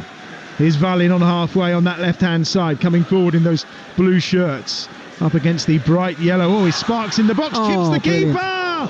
Just over the top of the crossbar. It was audacious from Sparks, wasn't too far away, but he gets a round of applause from those around us who were very impressed with his thinking. It was class, absolutely class from Jack Sparks. I can criticise people, Adam, but when they do well, you've got to praise him as well. Absolutely first class. The full-back, just on the edge of the 18-yard area there, got played into him, the first touch out of his feet, and to have that niche about it, just have a look to see where the keeper is. You can see exactly what he's trying to do is dink it over the keeper, Cameron Dawson. And what, half a foot lower? Well, might be cheering one of the great goals. The other thing you notice as well, Malik Wilkes was such a problem in that first half. He is being, we've not seen him in the second half as he wins his first knockdown and Hugill goes down under the challenge from Valin and the free kick goes Peterborough's way. He's more doing defensive duty because, like you said, where Motherson is now further forward, all of a sudden he's having to double up and do some defending. Well, it's game of cat and mouse, isn't it, when you play as a full-back or a wide player, right? Is the full-back going to chase me back, or is he going to give me that space to go and express myself? And I think that's what we're finding in this second half. You know, they're having to defend a lot deeper, and Malik Wilkes wants to get on the ball and express himself, but at the moment all he's doing is defending. 3-3 on Talksport 2, EFL Game Day Live. We're in Peterborough, we're at the Western Home Stadium, and it's Peterborough United 3, Rotherham United 3 in League One. Here's Poku again. He's got him round the outside level with the edge of the 6-yard box on this right-hand side. Ball at feet, looks for some support, thinking about what he can do here. He's cutting onto his right foot, gets it across inside the penalty area at the edge of the 6-yard area. Mothersill just beaten to it, that time by the defending of Jamie McCart. Out with Donnelly again on this right-hand side, in towards the feet of Poku. Flicks it through, trying to find Randall. It's going to be defended this time by Reece James, who gets it away out this near touchline. And there is Fernandez there, and he just about keeps it in play. Bounces it down this near touchline. Donnelly's there, but so is Nombi. And it's now picked up this time by Powell. Powell has got two blue shirts around him and he loses out in the end. And Reece James has lost it to Poku, who can break away. There's four blue shirts with him. It's Poku still going here. Slipped inside. Oh, and it's almost put behind his own, into his own net by McCart. It was a ball by O'Brien Brady. And McCart facing his own goal, stretched out his right boot and he's put it into the side netting and behind for a corner. Oh, what an opportunity. And, you know, it's tenacity, winning the ball back for your side, not letting Rotherham get the head up and play the ball in. But as he whips that ball, could he have had a shot? He was in a really good position just to fire it low, close enough as well. Brilliant play. Sparks has been terrific from the corners on this right-hand side, the Peterborough right. Left-footed, swings that one right onto the nose of Cameron Dawson, but right into his arms as well. And he'll immediately try and launch it forward. And Nombe could be away here down the right-hand side. Nombe wearing the number 8, he's being tracked all the way. No penalty, he went down looking for it. Referee not interested. De Havilland was with him all the way on that occasion. And the two number 8s went toe-to-toe inside the penalty area, but nothing doing. I think he just lost his feet, Madam Sam Nombe. It's very good thinking from Cameron Dawson in that Rotherham goal. Just boots it forward. It's a 1v1. He gets in behind. And as De Havilland just goes across to kind of shepherd him, you like, to slow things down, you see he just lost his footing a little bit. I know the Peterborough crowd thought he took a dive. But yeah, I mean, that's what they have to do, Rotherham, at the moment, because football's gone out the window. Just be direct. Here's Donnelly, who's cut inside into that midfield role, very much playing as an inverted fullback for a moment or two there. His pass through, though, was intercepted and brought clear. Here's O'Brien Brady, who we seem to be a little bit more of him dropping between the two centre-halves as well, Mickey. Yeah, no, absolutely, yeah. No, We've talked about the tempo being quicker, but at times they're slowing the game down. Yes, they're giving Rotherham the opportunity to get behind the ball a lot quicker, but You can see the patience is starting to grow through the players. The confidence is starting to grow. I mean, it's been, well, black and white from what we saw in the first half. It's been a breathless 18 minutes at the start of this second half. 3-3 on Talksport 2. There's going to be another change here for Rotherham United, and that's probably no great surprise, it would seem. And there's a yellow card as well, which is going to Steve Evans. And here's the change. We're going to see the departure of Malik Wilkes. And onto the field of play is going to come Cohen Bramall, wearing the number 3. So a second change of the game for Rotherham United, and instructions coming from Steve Evans, possibly around a change of shape potentially here, because Bramall's coming out on this side where Poku is, which is probably no great shot, because that's the side that, well, actually both sides have been causing problems at the start of this second half.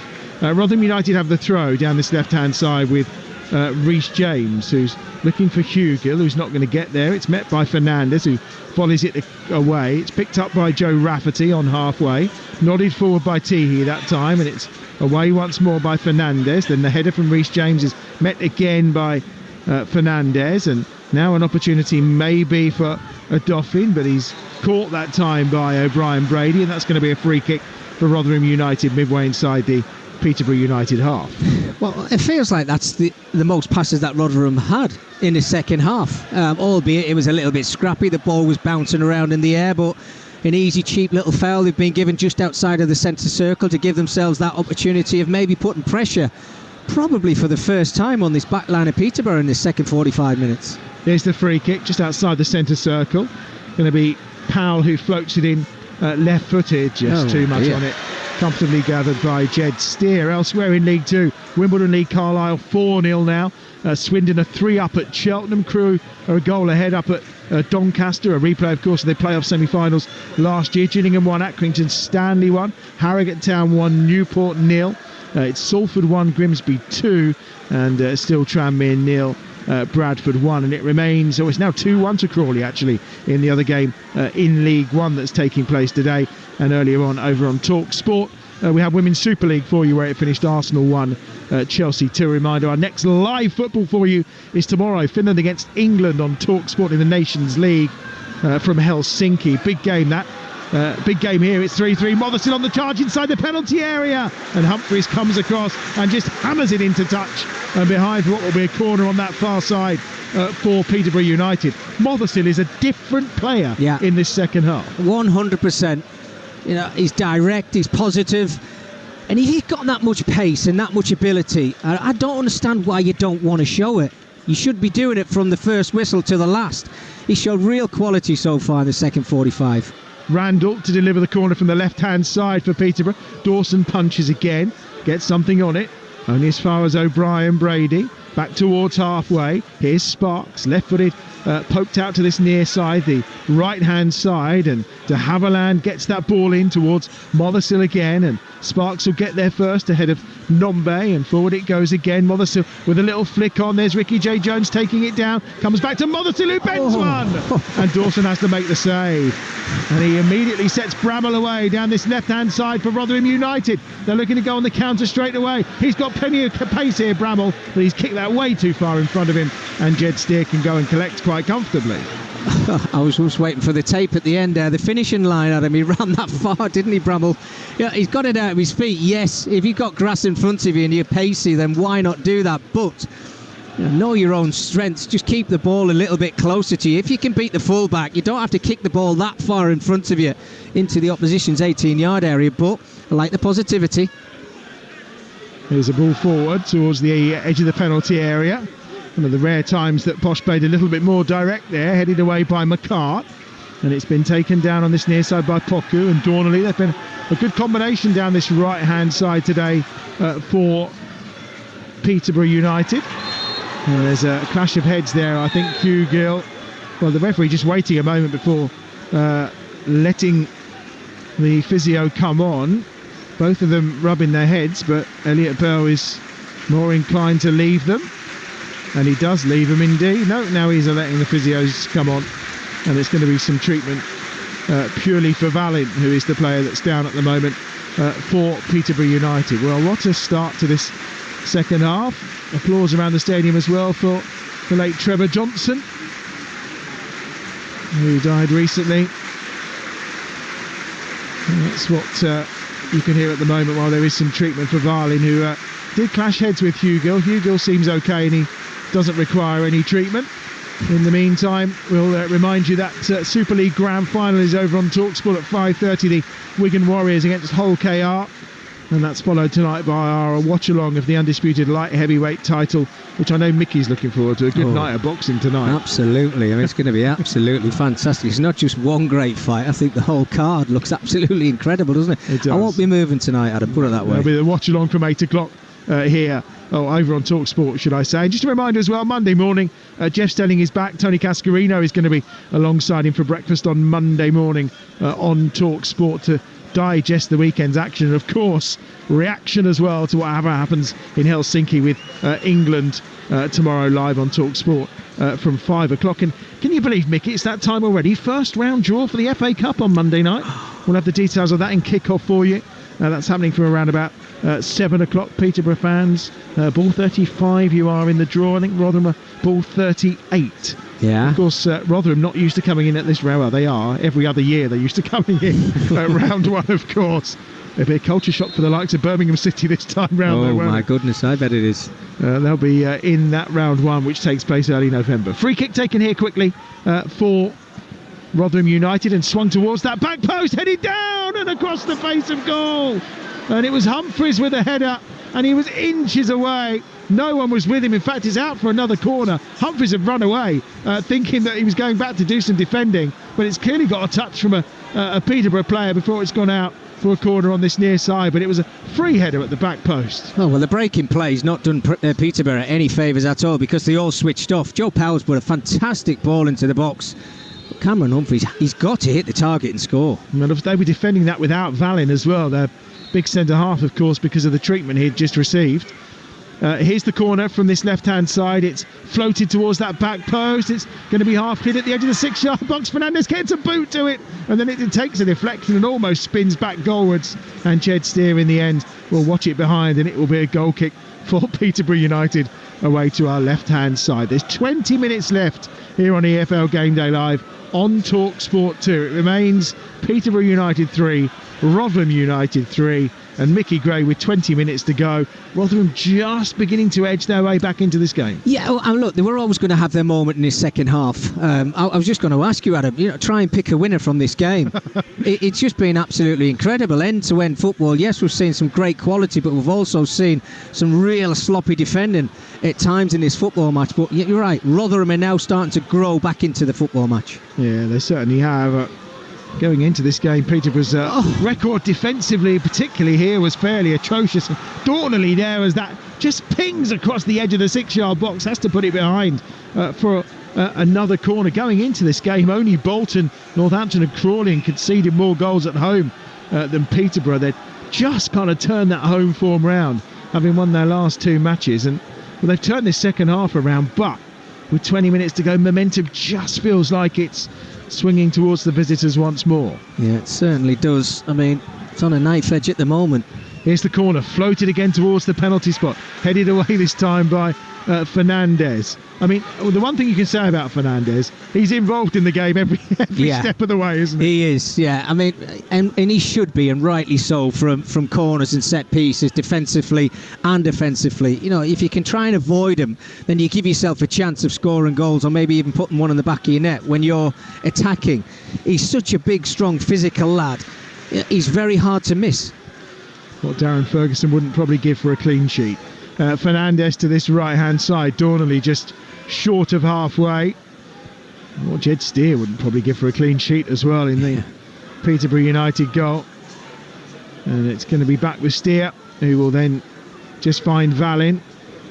Just need to pick up that momentum again, Peterborough United, they had at the start of this second half. Poku just cuts in field on this near side. Him and Mothersill absolutely key to the way they've played in the second half. Valin now forward and over halfway, and he's going on one of those charges again. Mothersill wants it. Sparks is there ahead of him. Mothersill again on that far touchline. Cuts infield onto his right foot. Tries the little reverse pass in towards Sparks, who had tucked himself in as an inverted fullback on that occasion. Mothersill's done brilliantly. Here's Randall, 25 yards from goal. He's just drifted away from the penalty area now. He finds Dornley, who then goes to Poku on this near side. Can't keep the ball in. Out of play for what will be a throw-in on this near side for Rotherham United. Just fizzed it in a little bit too quickly there for Kavame Poku, didn't he? He had to work wonders to try and keep that ball in play. But they're getting a lot of joy now. Joel Randall, De Havilland in that midfield area, being nice and composed, picking the right pass. And again, you know, we're coming to crunch time in the game. Do you want to actually go on and win this football match, or are you quite happy and content? Here's Randall. Mistake at the back from Rotherham United. Brandon inside the penalty area and drills it straight at Dawson from a tight angle on the left-hand side of the box. Love to see midfield players running, being direct, getting the opportunities. And it had to be gathered by Jed Steer. It was a long punt forward. Nombe was chasing it down. Darren Ferguson may be thinking about a change, but he does have an incredibly young bench, of course. And they look to the man he signed on loan from Colchester United, Bradley Ionvian, who is back from injury. I don't want to push him too hard, but he is on the substitutes bench, amongst some other youngsters as well. Odo, he picked up from Lincoln, who's looked quite lively without actually finding the back of the net yet for Posh. Maybe it's his day today.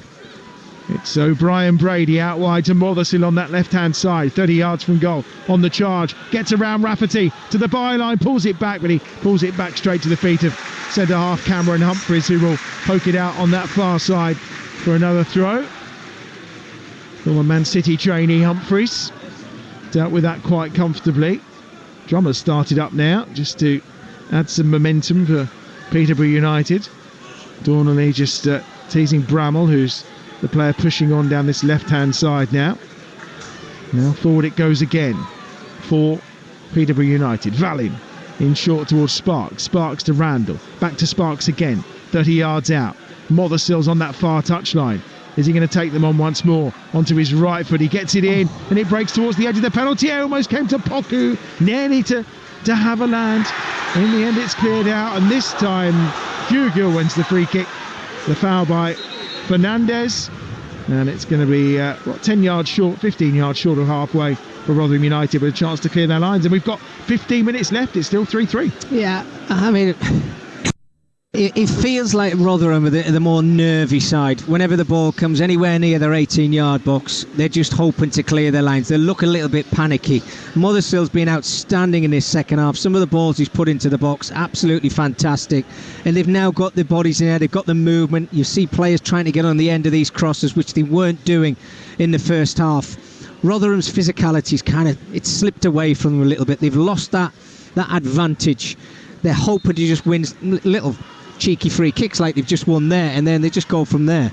Here's Bramall, takes it down inside the penalty area. Chance to get the shot away for Bramall into the side netting. What an opportunity. He's literally on his own, 14 yards out. Appalling defending again. Dornley and Fernandez rowing with each other inside the penalty area, because Bramall got the first touch. He had all the time in the world to tee himself up for the shot, and he put it into the side netting. He's got to score, Adam. He has to score. It's sloppy defending initially. The little flick round the corner with his left foot, but when he gets his shot away there, it's more like he's looking where the goalkeeper is rather than making great quality and contact with the ball. He just scuffs across the top of his laces, doesn't even hit the target. Really poor. Substitute could have brought Rotherham United back in front in this topsy-turvy game. Mothersill on that far side. Bought from Chelsea back in 2022. Or 2023, should I say. Had not the best of seasons last season, but certainly coming into his own this time round. He's come into his own in this game in the second half, that's for sure. Vallin out wide to Sparks. Sparks, left footed cross is a good one. It almost come to Randall. Oh, Poku's lost his footing as he was waiting for the ball to arrive at the back edge of the penalty area. He's immediately closed down on this near side by Bramall and by Reece James. There's pulling of the shirt. The referee says play on because they've kept the ball with Dornley. I think They'd probably rather have had the free kick there, to be honest. Yeah, it was in a really good position, wasn't it? You just wonder whether Poku could have actually gone to ground when he felt that contact. He wanted to stay on his feet, show his strength, but when you're in a position like that, it's a free cross into the box. Go to ground. Down that left-hand side again, Valin is there for Peterborough United. Game very much being played for long periods in the Rotherham United half. To this near side, it's O'Brien Brady. Back to Dornelly. And to Steer again. Sun still beating down. Although we are seeing a few more shadows stretching out across this pitch at the Western Home Stadium. No one's going anywhere right now. This game is on an absolute knife edge with 12 minutes to go. 3-3, remember. We could see Peterborough United climb up into the playoff places. Still early days, of course. And it is going to be David Ajiboye who's going to be coming on. And he's coming on to replace Dornelly. And that's a change for Peterborough United. And a drink is wanted by Motherson, who's told to go away. There's no drink available. He has put a shift in. So Ajiboye down this right-hand side will take this throw for Peterborough United from midway inside his own half towards Poku. Dornelly's had a terrific game as well. No wonder he got a massive round of applause. Jixt is right on the edge of his penalty area when he gathered that one. His feet were on the line for sure, but no appeals or anything doing. The referee not injured, just about okay. Here's Fernandez. Ajiboye down this right hand side, looking to come infield, but he just ends up going back to Fernandez once more.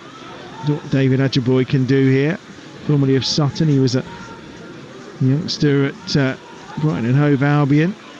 Wickham as well. He scored his only goal against in a shirt for Peterborough.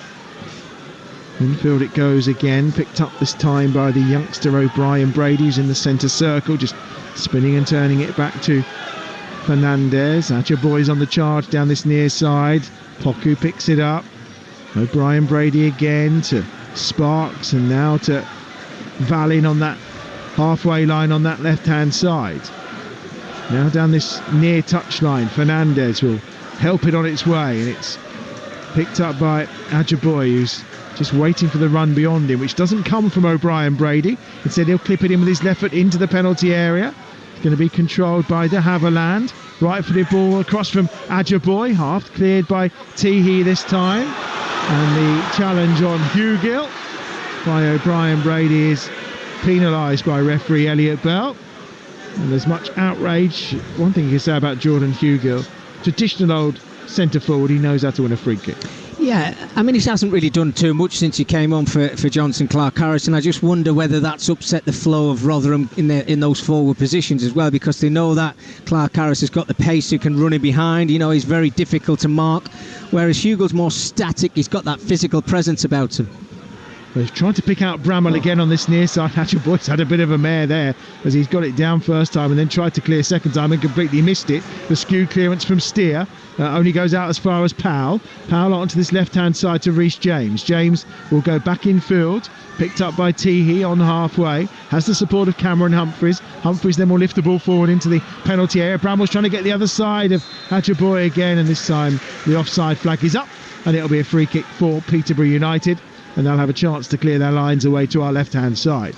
It remains 3-3, and we're into the final 10 minutes. Well, Colin Bramall, he doesn't really have to go too quickly, does he? He finds himself in an offside position there, but we've already seen that change of pace that he has. Stay on side, and you give yourself a better opportunity, because that long ball looks like it's going to be the one if Rotherham are going to go and pick up all 3 points in this game. But we're now back to that patient football from Peterborough, trying to dictate everything that's happening in this game, and they're just waiting and biding their time for that opportunity that will come in the final moments of this game. Only 2 League One games today, 11 goals, 6 here and 5 in the game between Crawley and Shrewsbury Town. It's now Crawley 2, Shrewsbury 3. Elsewhere, still Wimbledon leading Carlisle 4-0. Cheltenham were 3 down against Swindon. It's now Cheltenham 2, Swindon 3. Donny have got an equaliser against Crewe. That's 1 apiece. Remains Gillingham 1, Accrington Stanley 1 in League 2. Harrogate 1, Newport 0. Port Vale now lead against MK Dons by a goal to 0. Grimsby still in the ascendancy, 2-1 against Salford. And Bradford now lead Tranmere by 2-0. You're up to date with the goals around the EFL, League One and League Two in action today, of course. FA Cup qualifying as well, final qualifying round ahead of Monday night's first round draw. Details of that on Monday night on kickoff from 7 o'clock on Talksport. Here's Rotherham United with possession, 7.5 minutes plus time to be added on in this game.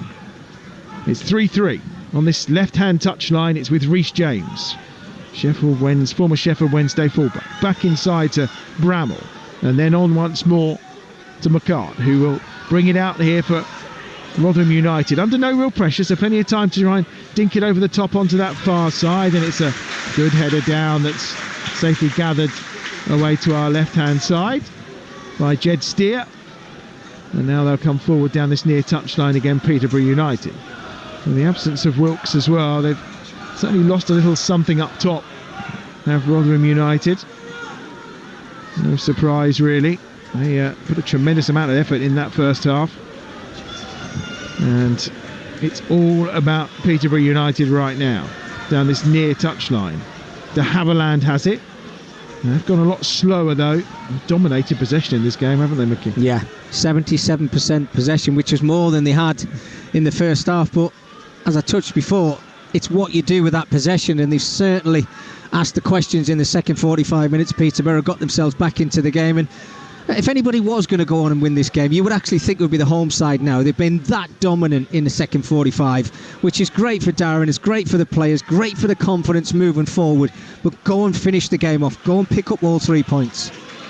Yeah, you get the feeling every game here is going to be a bit of a roller coaster. Like you said, yeah, the season ticket would be all right, wouldn't it? You're going to get some entertainment. Absolutely. You might not like some of the entertainment every week, but you're certainly going to get a action-packed, fun-filled 90 minutes every fortnight, that's for sure. Without a doubt, yeah. Oh, I mean, it's edge of your seat stuff, isn't it? I mean, crikey Moses, in that first half, it looked like a Sunday League team, didn't it, that had been put together and said, right, lads, you're playing against Rotherham today, go and sort things out. Second half, I don't know who's came out in the second half, but absolutely, what a turnaround. Super football, great goals, look confident, look positive. But as I said before, the final whistle has not come yet. It hasn't. They've got defending to do here. Just over 5 minutes to play. 3-3. Free kick for Rotherham United. Midway inside the Peterborough United half. Out wide on this left-hand side. Joe Powell is going to take it, and he has a terrific delivery. We've already seen Humphreys go very close with a header, and Humphreys, I think, is the target again, but Fernandez gets up there first and gets it clear. Reece James picks it up. Gives it short to Adofin. And now down this left-hand side, they come once more. And it's Reece James who's got possession of the ball off of Bramall. Does dig a cross out towards the back post. It's going over the top of everyone. And Ricky J. Jones is back doing defending. And it will be a goal kick away to our left-hand side. I mean, that's the one thing that's possibly disappointed me a little today. I came really looking forward to seeing Jones in action, but not really seen too much of him in this game. No, we haven't. It came from other qualities. Jack Sparks in the second half with a quality from his set pieces. I mean, the goals from Dornley was absolutely fantastic. Right place at the right time. Wanted to make that move to get in the area to put the ball in the back of the net, and you thought, right, okay, 1-0 up. What can we do now? Then things started to go wrong, but the way they've got themselves back into the game, it's what I expected, Adam, from Peterborough. Nice football, great goals, but also calamitous defending. That's probably the way to describe it. I did receive a message at half-time from Adrian Durham, of course, most popular and most well-known Peterborough United fan, and he was less than impressed, let's put it that way. Jack Holmes on that far side is looking to receive this, maybe from Rafferty, but Rafferty instead goes down the line towards Hugh Gill. Then it's on to Holmes, and it's half cleared away on that far touch line, and it's only as far as halfway again. Humphreys is there, and Holmes will go down. Referee says play on. Teehee has it back into Holmes on his right foot. He's got 3 blue shirts around him, but Holmes still going to the edge of the penalty area, wins his side of throw. Just over 3 minutes to go here. 3-3. Yeah, good defending yet again. Jack Sparks didn't really see too much of that in the first half, but he's getting himself in a position now where he can stop the cross, or if the wide player then chops it back onto his left foot, he's in an advanced position where he can say, right, I'm dictating you now. Dictate your wide player, make the game easier. Throw in. It's going to be launched as well by the arms of Rafferty. In fact, he's gone short to Teehee, gets it back. Now we'll try and deliver a ball in. It's a decent one as well. It's bouncing around inside the penalty area. It's turned goalwards. And Jed Steer will get there to gather it from McCart's kind of flicked ball that was just looping towards the edge of the 6-yard box. Comfortable for Steer in the end. Didn't really have pace on it, did it? From McCart, he was obviously had his back to play, had to do the kind of the bicycle kick, if you like, but didn't really get any pace on it. It was easy save for Jed Steer, and again, now we'll see what we've seen pretty much so far is Peterborough possession, trying to work the way into that final third of Rotherham. Managed to get a late winner against Stevenage last week, and we're going to see another change here for Peterborough as well. Bradley Ionvian is going to come on, as we thought he might at some point. Just returning from injury, the loanee from Colchester United. Down the line, that goes towards Ajiboye, who's done really well. Bramall's gone with him all the way and will concede the throw by the corner flag. On this near touchline, they're going to make the change now as well. Ionvian is coming on. And we're going to see Mothersill, the players, coming off. And, well, again, he'll get a terrific round of applause. And he also gets a few bits of a standing ovation as well on this near side. I mean, he was fairly anonymous in the first half. Second half, excellent effort from Mothersill. Oh, I mean, absolutely outstanding. Direct, positivity, taking on his fullback, putting quality into the area. Second half, outstanding performance. Ricky J. Jones is going to try and launch this long throw in. We're into the final 90 seconds as that's half cleared away, but De Havilland comes in. Again, it's another poor header away. Ricky J. Jones gets there first. It's picked up this time by Valin. And away. And David Ajiboye will head that one into touch on this near side. And it'll be a throw in once more. We're going to see another change for Rotherham as well. Asapa Asong is set to come on for Rotherham United. And he's going to replace Teehee.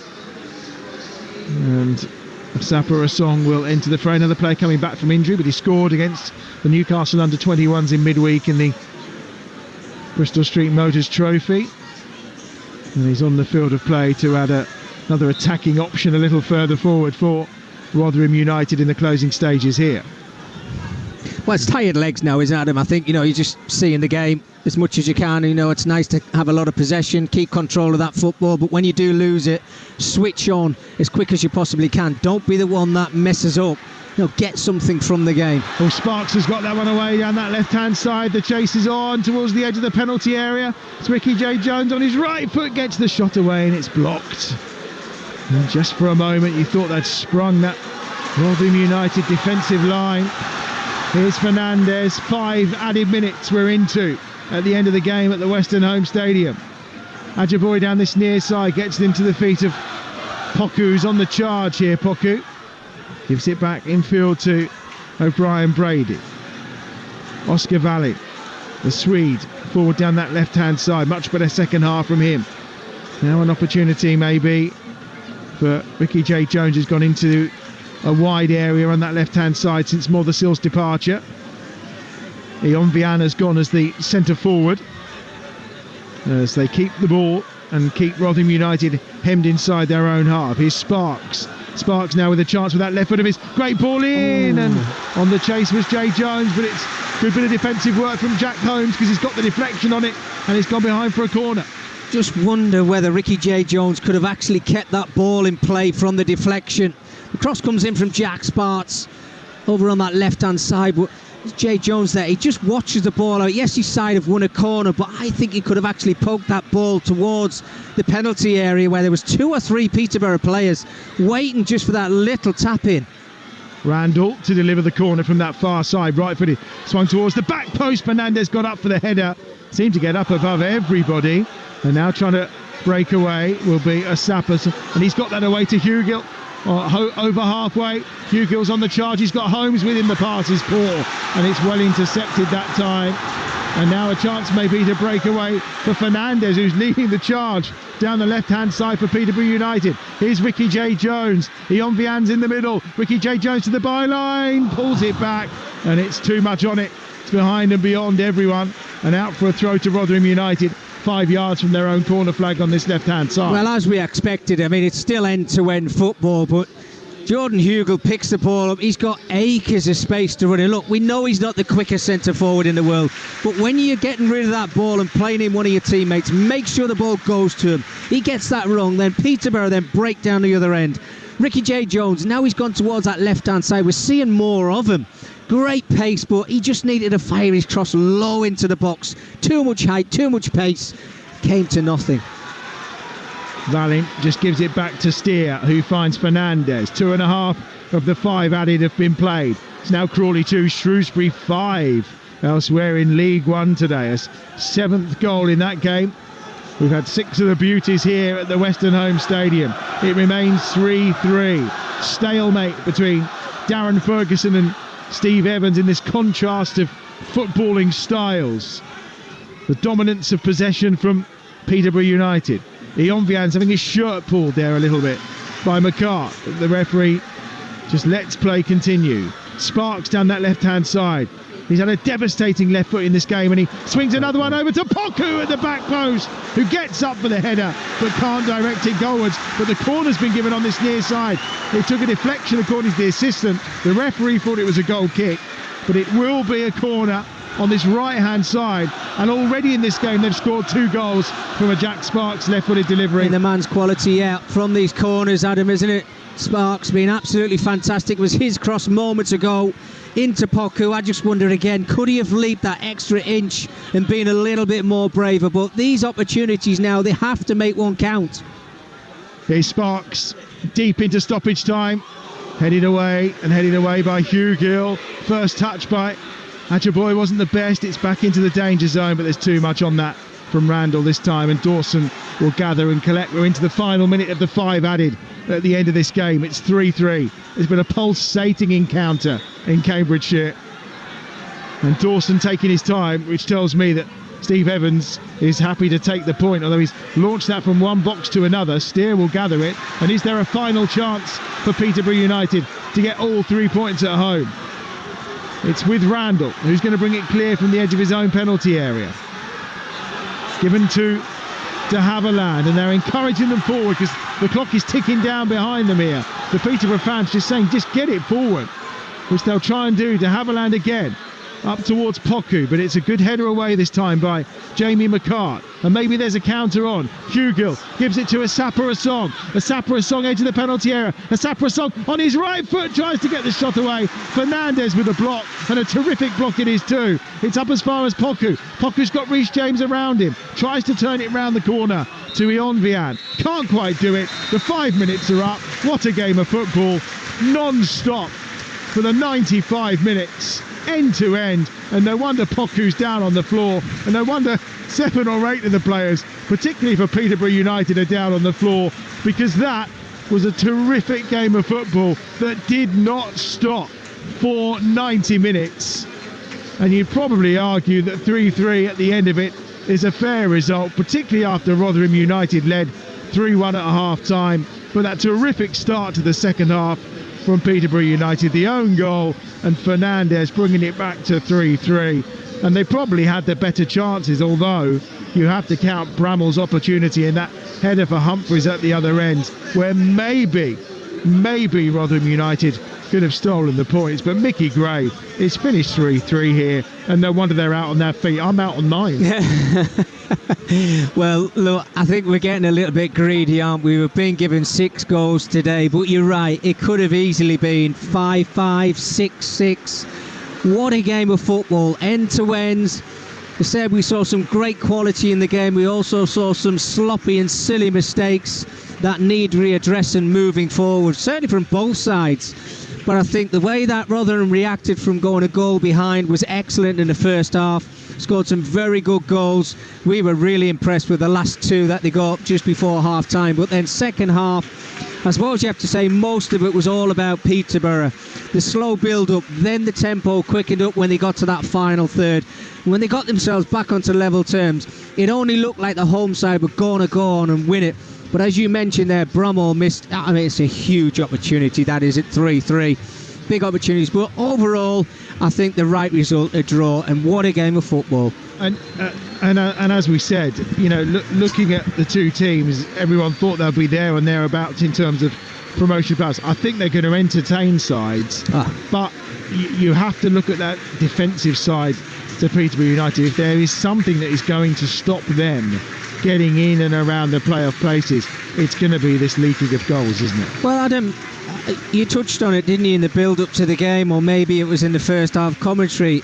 It's a brand new back four. It takes time. When you think about the quality that have left Peterborough United, having to replace them with pretty much similar players is very difficult. Young Jack Sparks, he learned the right way in the first half what not to do. In the second half, moving forward, that will boost his confidence like nobody's business. Donnelly getting himself on the score sheet looks really good when he gets into the opposition's half. I think the two centre halves have got to work with each other a little bit more. They're too spread apart for me, Vallon and Fernandez, because they're great on the ball, but defensively null and void at times. That cannot happen in League One. You've got to stay nice and sure if you possibly can. And Rotherham, we know what we're going to get from them. It's that physical side of them. We saw that in the first half. They create chances because the front three have got pace, they've got power, they win the ball up high. So I think no problem with them whatsoever. You're looking at probably two playoff teams in my eyes from what I've saw today. They certainly provided terrific entertainment. And Steve Evans, you can just see that physicality, which is something Rotherham have not been used to for the last few seasons, because it was all about playing football when they're up in the Championship and when they've been promoted before. A really physical side now. Yeah, and it might help them. Look, I think you only have to go back to Luton Town from the Championship, got promoted into the Premier League. What did they do? They got the ball into the box, they used the height, they used that physical presence, and look what joy it brought them for a season, over the last 2.5 seasons. Rotherham have got a set way of playing now. He got his yellow card today as well, Steve Evans, didn't he? It's always going to happen. Yeah, let's not forget about that. They kind of bullied Peterborough in that first half. They thought, right, we're playing against a young side here today. We're going to bully them. And it worked. The tactics that worked, they didn't have to really play pretty football. It would get it into the wide areas after we win the ball back. It worked. But then there's another 45 minutes. Peterborough outstanding. Mickey, it's been a pleasure. Always is. But we certainly enjoyed the journey down to Cambridgeshire today for an absolutely cracking game from League One. By the way, elsewhere in League One, it finished Crawley 3, Shrewsbury 5. So they outdid us by a couple of goals, but we could have had more here. There's no doubt about it. Wonderful game of football. It's finished 3-3. Both these teams will claim a point and move up a little bit in that League One table. A reminder over on Talksport right now, Wigan Warriors against Hull KR in the Super League Grand Final. We've got the boxing later tonight, and tomorrow on Talksport, Finland against England is your next live football from 5 o'clock. Thank you for your company today. That was Mickey Gray. I've been Adam Bridge, and up next, it's My Sporting Life with Colin Hendry.